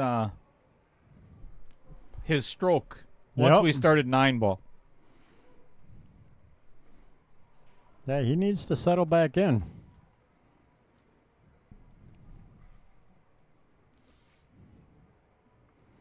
Because he was having no problems pocketing balls out in the open in 8 ball. Oh, no doubt. Tristy, I thank you very much for the compliment. I think that was a compliment anyway. I don't remember. Oh, no. He tried to no. miss it, but he might scratch. No. Yeah, hit that way too hard. All right, we're going to be tied up here. 3-3. Grumpy one. Live stream about potatoes in Ireland. Okay, wasn't the potatoes in Ireland thing like 200 years ago? You tell somebody live streamed that?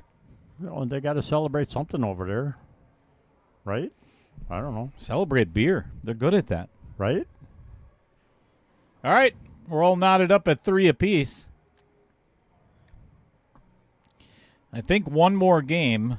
And I'm going to have to, as much as I don't want to interrupt the flow of this match, like I said, I don't want to leave one player out. You know what? Hang on a second. I'll be right back.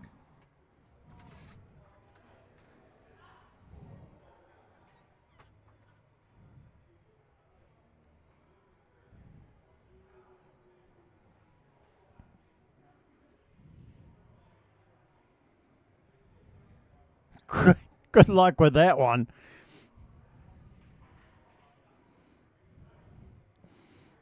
Convince little Cheddar to order you a pizza. Your phone broken?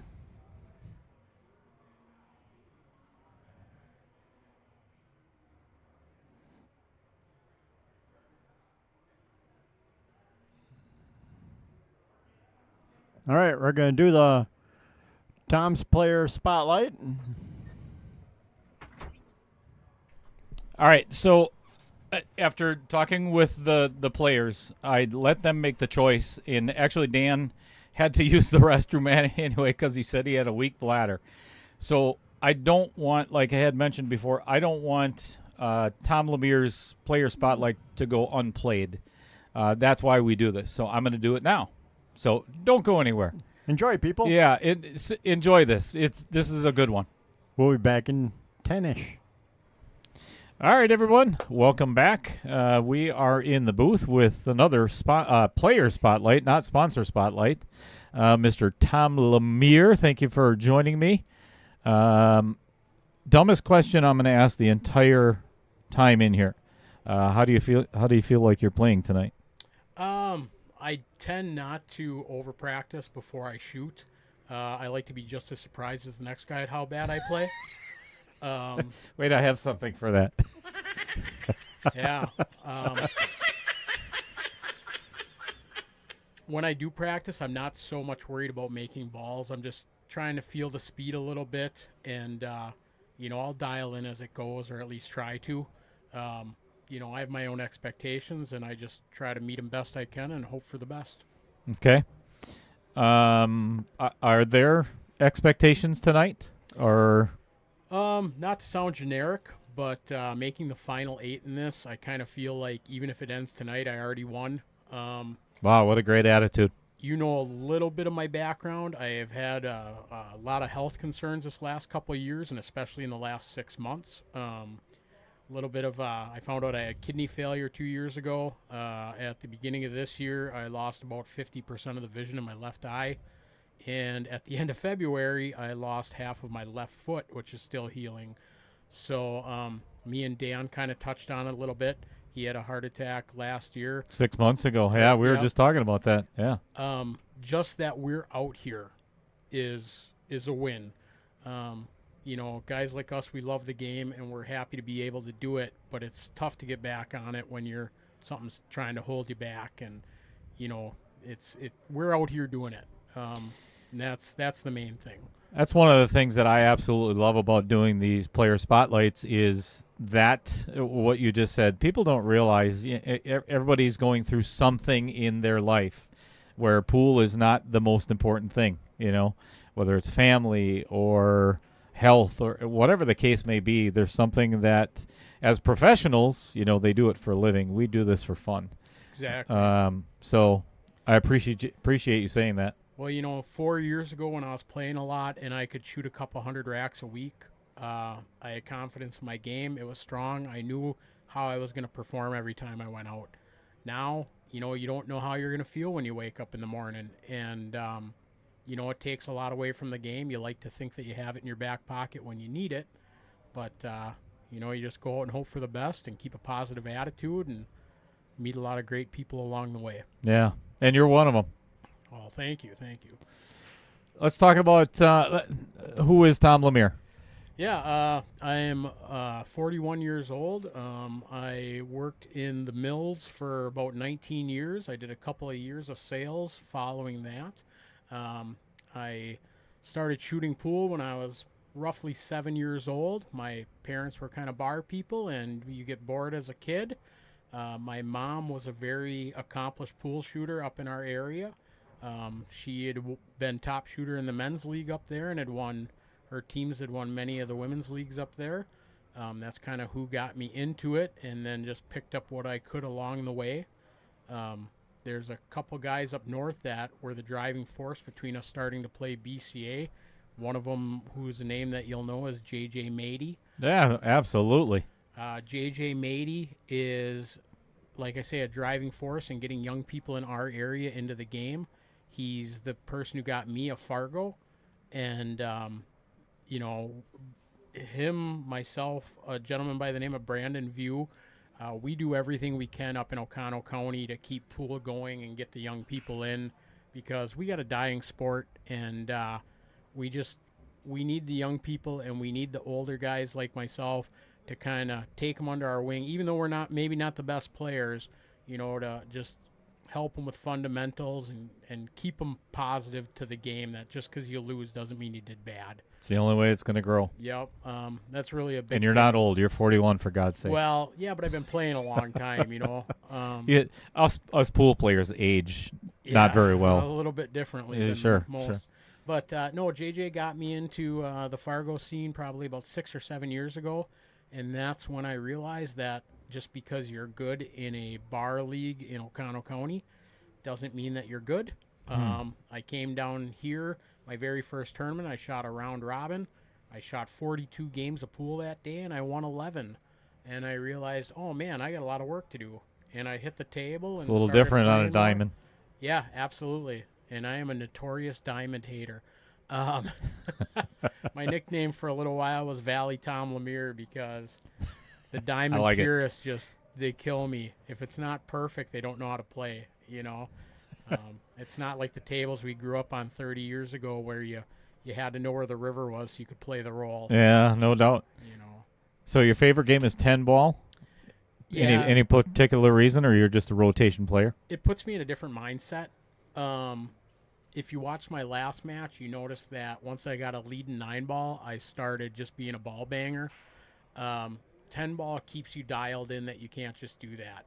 It's fun to play fast and loose, but 10 ball you've got to have a long-term strategy, and that's kind of, I think, keeps me a little more grounded when I play. So out of your 3 matches, Coleman, Harold, and then Marshall Williams, which one of those matches stands out most to you, or is there anything in particular that happened in the KO Challenge that stands out? So me and Coleman, we'd met the very first tournament I played here. Incredibly nice guy. We had a nice, easygoing match, but it was tough. I won the 8 ball. He won the 9 ball. Now, this was on Matt Apple stream, right? Yes, this was on the open stream. Yeah. We went 3-3 and 10 ball, and we went to a shootout. And I made the first 3. He made the first 3. We went to sudden death. I made my 4th shot, and he missed. And that was, I don't get nervous, but that was pressure. And, you know, to make 7 10 balls in a row between the two of us, that was tough. Harold's match, the second match I shot, there wasn't too much that stood out with that. I didn't play terrific. Luckily, Harold probably didn't bring his A game. He shot well, another incredibly nice guy. And then Marshall. Me and Marshall have a long history. We have gambled against each other a lot. During the pandemic, he would come up to my house and play in my living room. No kidding. Yep. Oh, wow. He came up and played some Scotch doubles. I came down here a handful of times. He came up by me a handful of times. When I say there's at least $1,000 that went back and forth between the two of us, I'm not exaggerating, probably more. To have him come out and not play his top game was, I wanted to see him do well because he's a friend of mine. We only know each other through pool. It was unfortunate that he just didn't have it that night, because that match should be a coin flip all day long. He works hard at his game. He's a good player, and for whatever reason, it just wasn't there that night. And I got very fortunate because it let me move on. Yeah, it's funny that you bring that up, Tom, because Marshall and I have a little bit of history as well. So his old pool table is the one that got donated to the Blandine House in Fond du Lac. Yep, I remember that. So he and I took it over there together, and it's one of those things where you really get to know somebody. And Marshall's such a good guy. You know, I got to meet his wife and kids and everything else there. Plus, you know, he plays league here and everything. But what a nice guy. And I'm never I'm not a biased commentator. Well, sometimes. If I really don't like you, then I'm going to cheer for the other guy. I was going to say, I was playing the hometown favorite that night. Cause, you were. But, and the history that Marshall and I have and everything, you know, I would have loved to have seen him go all the way to the end. Absolutely. But you are 100% correct. He just didn't have it that night, and it happens. And we jinxed ourselves because the week before the redraw, we were messaging back and forth about how we wanted to play each other in the final. And I think more times than not, you jinx yourself. Yep. But no, it just, I felt bad because he is a great guy. I showed up early that day, and we sat here and we played cribbage. Yeah. And we watched the other match. And that's, that's Marshall. Like, you can just hang out, and it's effortless to have a good time. Yeah, that's Marshall for you. Yeah. So I hope he's watching you tonight. That'd be really cool. I hope so, too. Yeah. So tonight's match, is there anything that you do in particular for mental preparation or practice preparation prior to the first rack? No, the first match I played against Coleman, I went by myself and I was able to stay dialed in. My second match, I brought a buddy with me and we kind of went back and forth a little bit, and I realized that having somebody right there to talk to, you think would keep you relaxed, but it doesn't. It pulls you out. It does. It pulls you away from the mental side of the game. Yep. And tonight I'm going to sit there and I'm going to shoot my game, have a memory like a goldfish. If I miss, I'm going to get rid of it. And me and Chris will make faces at you then from the booth. Hey, I got keep you laughing. I got bad eyes. I can't see in here. And then when my opportunities come, I'm gonna pop out of that chair like it's, the first day. So, yeah, I just I don't get too worried. Good. I don't get too nervous.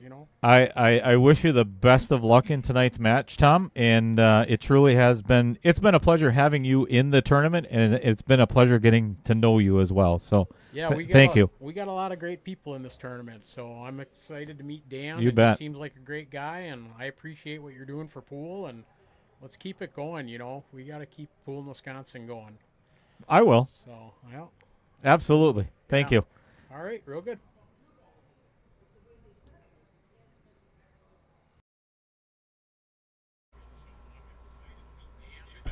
Always a joy. It is such a pleasure. And I know I've mentioned this before, and I'm gonna keep saying it as long as I keep doing this stream. It's so much fun getting to know the players for who they are, outside of what they're doing on the pool table. So, yep, very cool. Fun interview. So, we are back in action.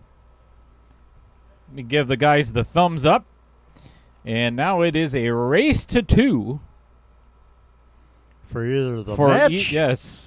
Or to go and play some 10-ball. Tom Lemere has to win 2 out of the next 3, or this match is over.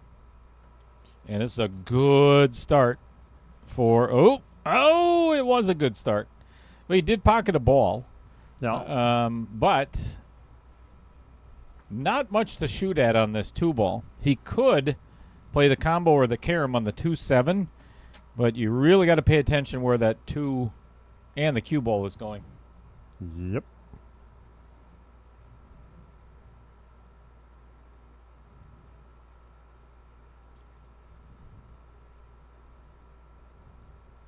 Me too, Fred Renner. Yep, plays the carom, and that's what I was talking about. You really got to watch where that 2 goes. Now, this could be a big turning point in this match. Where this 2, Dan is going to hit it, but where it ends up and where the cue ends up, I think is going to determine this game. Nader Animator, yes, both of these guys are. Have we got a fluke? We got a fluke? Nope. That's what I was talking about. Now, if Tom can draw back and get on this 3-ball, the rest should be pretty simple. It all depends on this shot and the next 4. I'm just kidding. Hit it perfect. Hit it absolutely perfect. Oh, he might have hit it too perfect, Chris. Right. He is dead straight on and tight on the rail, unfortunately. Yeah. Makes it hard to get back on that 4. Oh, my goodness. And but he hooks him. Interesting. Drama. Drama on the Hill game. Gotta love it.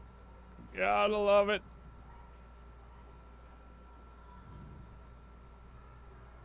Yeah, HBB. Couldn't agree more. Both of these guys. It was such a fun... It's great to sit with people with a genuine personality. There's no BS. There's no, making themselves out to be somebody that they're not. They're just good people. That's a great shot.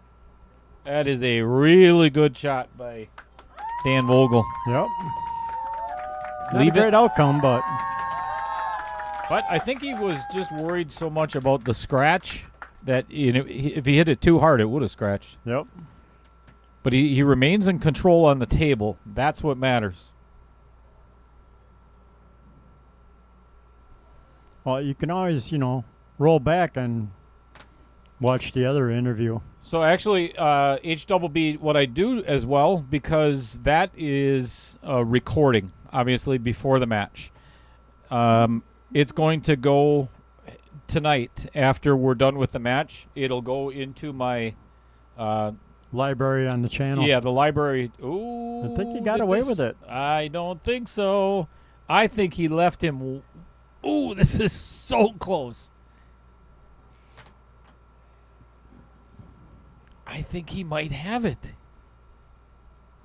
So after the match and Dale does his magic, both interviews will be on the channel that you can play Oh, he individually. spun it in. Nice shot.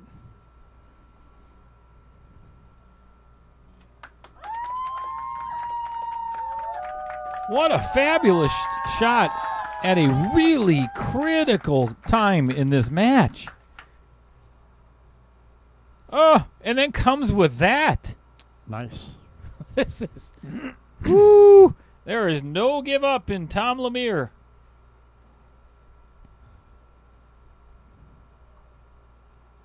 Here's the one that counts, though.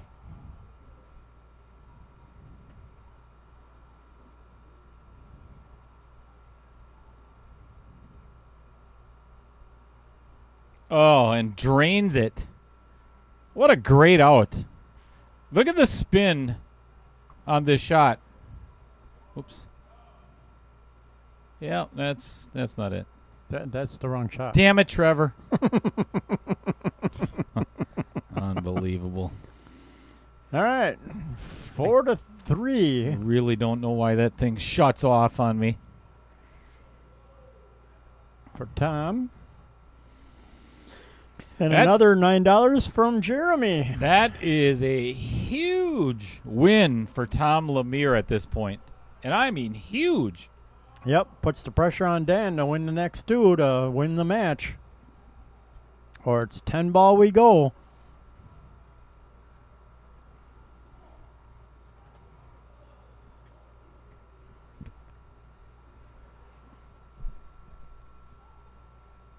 All right, as soon as Tom breaks, I'm going to throw this graphic up there real quick because this is going to be dry, so Dry. Dan's going to come to the table right now. That 9 ball, we got Jeremy West with another $8, which brings his total to $264 and the grand total to $1,055 for Pockets for a Purpose. Again, please reach out if you can at any point in time and you are wanting to do something awesome for Ronald McDonald House and you want to sponsor one of the Pockets for a Purpose. No matter what the amount is, just let me know and send me a private message, and I'm going to get your name on one of those pockets. We're not giving that up until we reach $3,000 or more.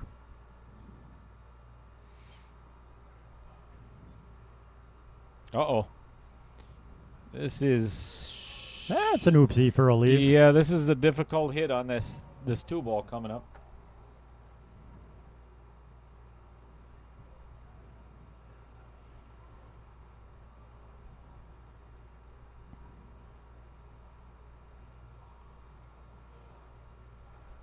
Beauty.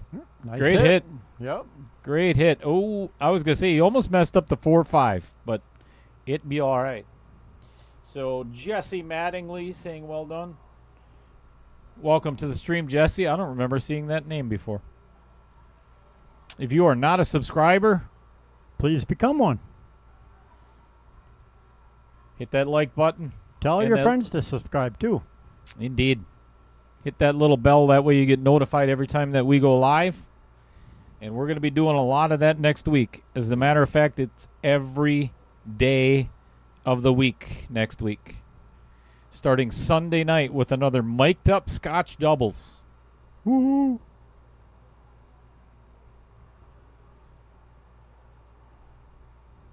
Mary Hilger saying good match.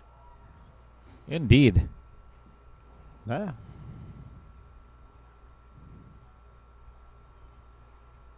Ruh-roh. This is the window that Tom needs to get out. Really, the difficult is the 7 to the 8. I think the difficult is this shot because I don't know if he can hold Oh, yeah, even for this 3 4 to ball. The 4, yeah. Yeah, I didn't think so. Now he's got to take a really steep cut on this 4 ball and guaranteed to run in the 5. So he has to get a little fortunate where the 5 ends up and where the Q ends up. Yep, on the outcome of the hit off the 5 and Q. Yep, and Ooh, ouch. that's what Dan was looking for. Yep, thinking too much about the outcome of that Q in the 5 ball. And not quite enough focus on pocketing the 4. And he had exactly, ooh, this is kind of straight. Yep. Take a look at this angle for Dan right now. That is not what you want to get down table for that 6 ball.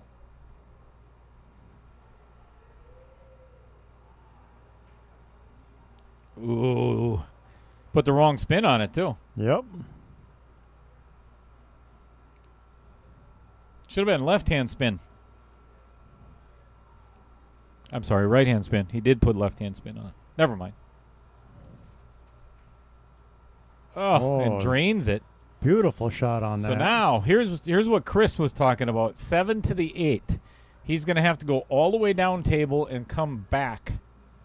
Just a high ball, maybe a little bit of inside right, but a lot of high ball, just like this. Yeah, should come out perfect. That is a good shot. Nice little angle to get back to mid-table for your 9 ball. Yep, 9 ball is going to go in the Johnco Express pocket. Shouldn't say that. Might overrun this. Oh, no. Just hit it a little bit. He had bottom right-hand spin on it, which ended up throwing it just a little bit away from, or, hitting the rail first. Yep. And that'll bite you in the rear end every time. It looked like it skidded a little bit because of the spin he put on it. So this is to extend the match and go to 10 ball for Tom Lemere. Huge swing. And Oh, no. oh my goodness. That he was. Ooh, boy. I saw him pointing on the table. He was not happy with the leave, so he kind of talked himself out of that shot. Yep, he sure did. And Chris and I talk about it all the time. The 2 hardest games to win are the first one and the last one. Yep. And in the back of my mind, or in the back of Tom's mind, I'm sure it's, I have to make this Yep. in order so to I go can to 10 ball. ball. Those are the shots that you just don't want to. Ooh, Oh, my drills that goodness. bank. What a shot. Wow.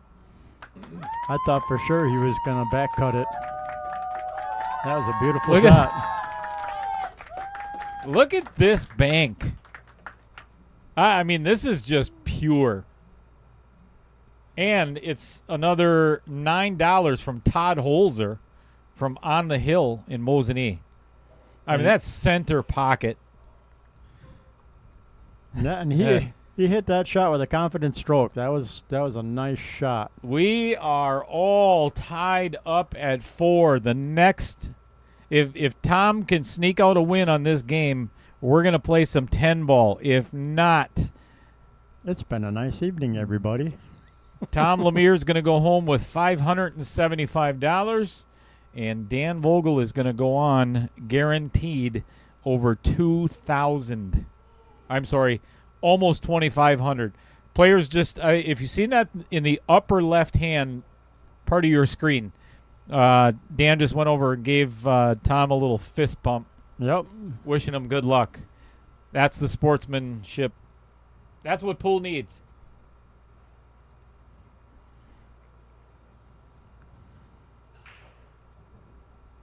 Oh, I was going to say, that was a nice break. Nice cue ball control there for a second, right up until it got kissed into the side I'll tell you what, pocket. this is one of those instances where, okay, the 6 is in a really bad spot, but Dan's really lucky that the 1-9 didn't line up somewhere. Yep. Because that's like the worst way to lose. That is usually the luck, too. Yep, you scratch, and all of a sudden it's like the first game. There's the 1-9 right in the side pocket. Tink. So 5 to the 6 is really the trickiest part of this rack.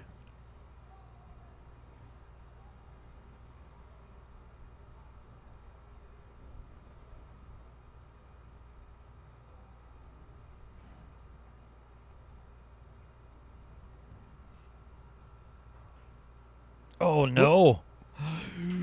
Well, he did not leave Dan easy. And Nope. again, Dan still now, if he doesn't, or if he does pocket the 3-5, now he has to worry about the 6 ball. Yep. Not the worst time for Tom to miss. Nope. I'd almost play a bank, try and put the 3 up on the top rail and get the cue far down table as I could. Adam, no. Very simply, no. We got players crying about the first shootout, much less every set having a shootout in it. Okay, so now it's back on Tom. I love it. On the rail, jacked up a little bit, full table, and makes it. What do you do now? Well, John Klein thinks a 6 goes in the side as bread and butter, piece of cake. I'll tell you what, John. It's not as easy as it looks, I promise you. I'm not saying it can't be made, but that is a tiny, tiny window. Especially From this angle. Yeah. I think I would actually play safe here. I would push the 6 up against the 9 and put the cue ball behind the 8 right now. That's what I'm talking. That may cost him the entire match. Yep. That's why I would have not played that shot. It was too much of a risk. The window. Too tight of a window on, Yeah. especially on this table. That window is so small. I mean, for that shot, I'd have tried the 6-9 combo first if I wasn't going to play it safe and be aggressive. I don't want to see Tom lose like that. Nope. I wouldn't want to see either one of them lose like that, but I got a feeling He's kind of straight on the 8 ball, though. Well, the 9 is out farther, though, so this is a little easier shot into the side pocket. this might be the end of the road. Yep. For Tom Lemere. I hate to see it end that way. No, But I was looking forward to 10 ball. Me too. Me too. With or without the shootout. All right, hats off to this is a round of applause for Tom Lemere. You can't see it on the camera. Guys just gave each other a hug. Just good to see. Really good to see. And another handshake. So I know we didn't get to all of the sponsors and everything like we usually don't. Apologize. That's why I have the spinning logos at the top. That way you can see them. But I'm going to go out and chat with the players, as always. You know what? I let them chat for a little bit because they're probably going to have a good conversation after the match. They're both smiling yet and talking to each other, which is a good thing. It's nice to see. There, we'll just do this. Uh-oh. Bar close. Oh, there we go. There we go. All right. Thanks everybody so much for tuning in. As always, I'm just gonna let it. I'm gonna let it play out. I'm gonna go out and pay Tom Lemere his $575 and thank him for playing, and then I'll shut off the stream. So everybody, thank you, as always for. I'll get back to that. Thank you so much for tuning in, everybody. And again, we're going to have the next 4 days off, 5 days, something like that. And then Sunday afternoon it all starts again for 6 days in a row.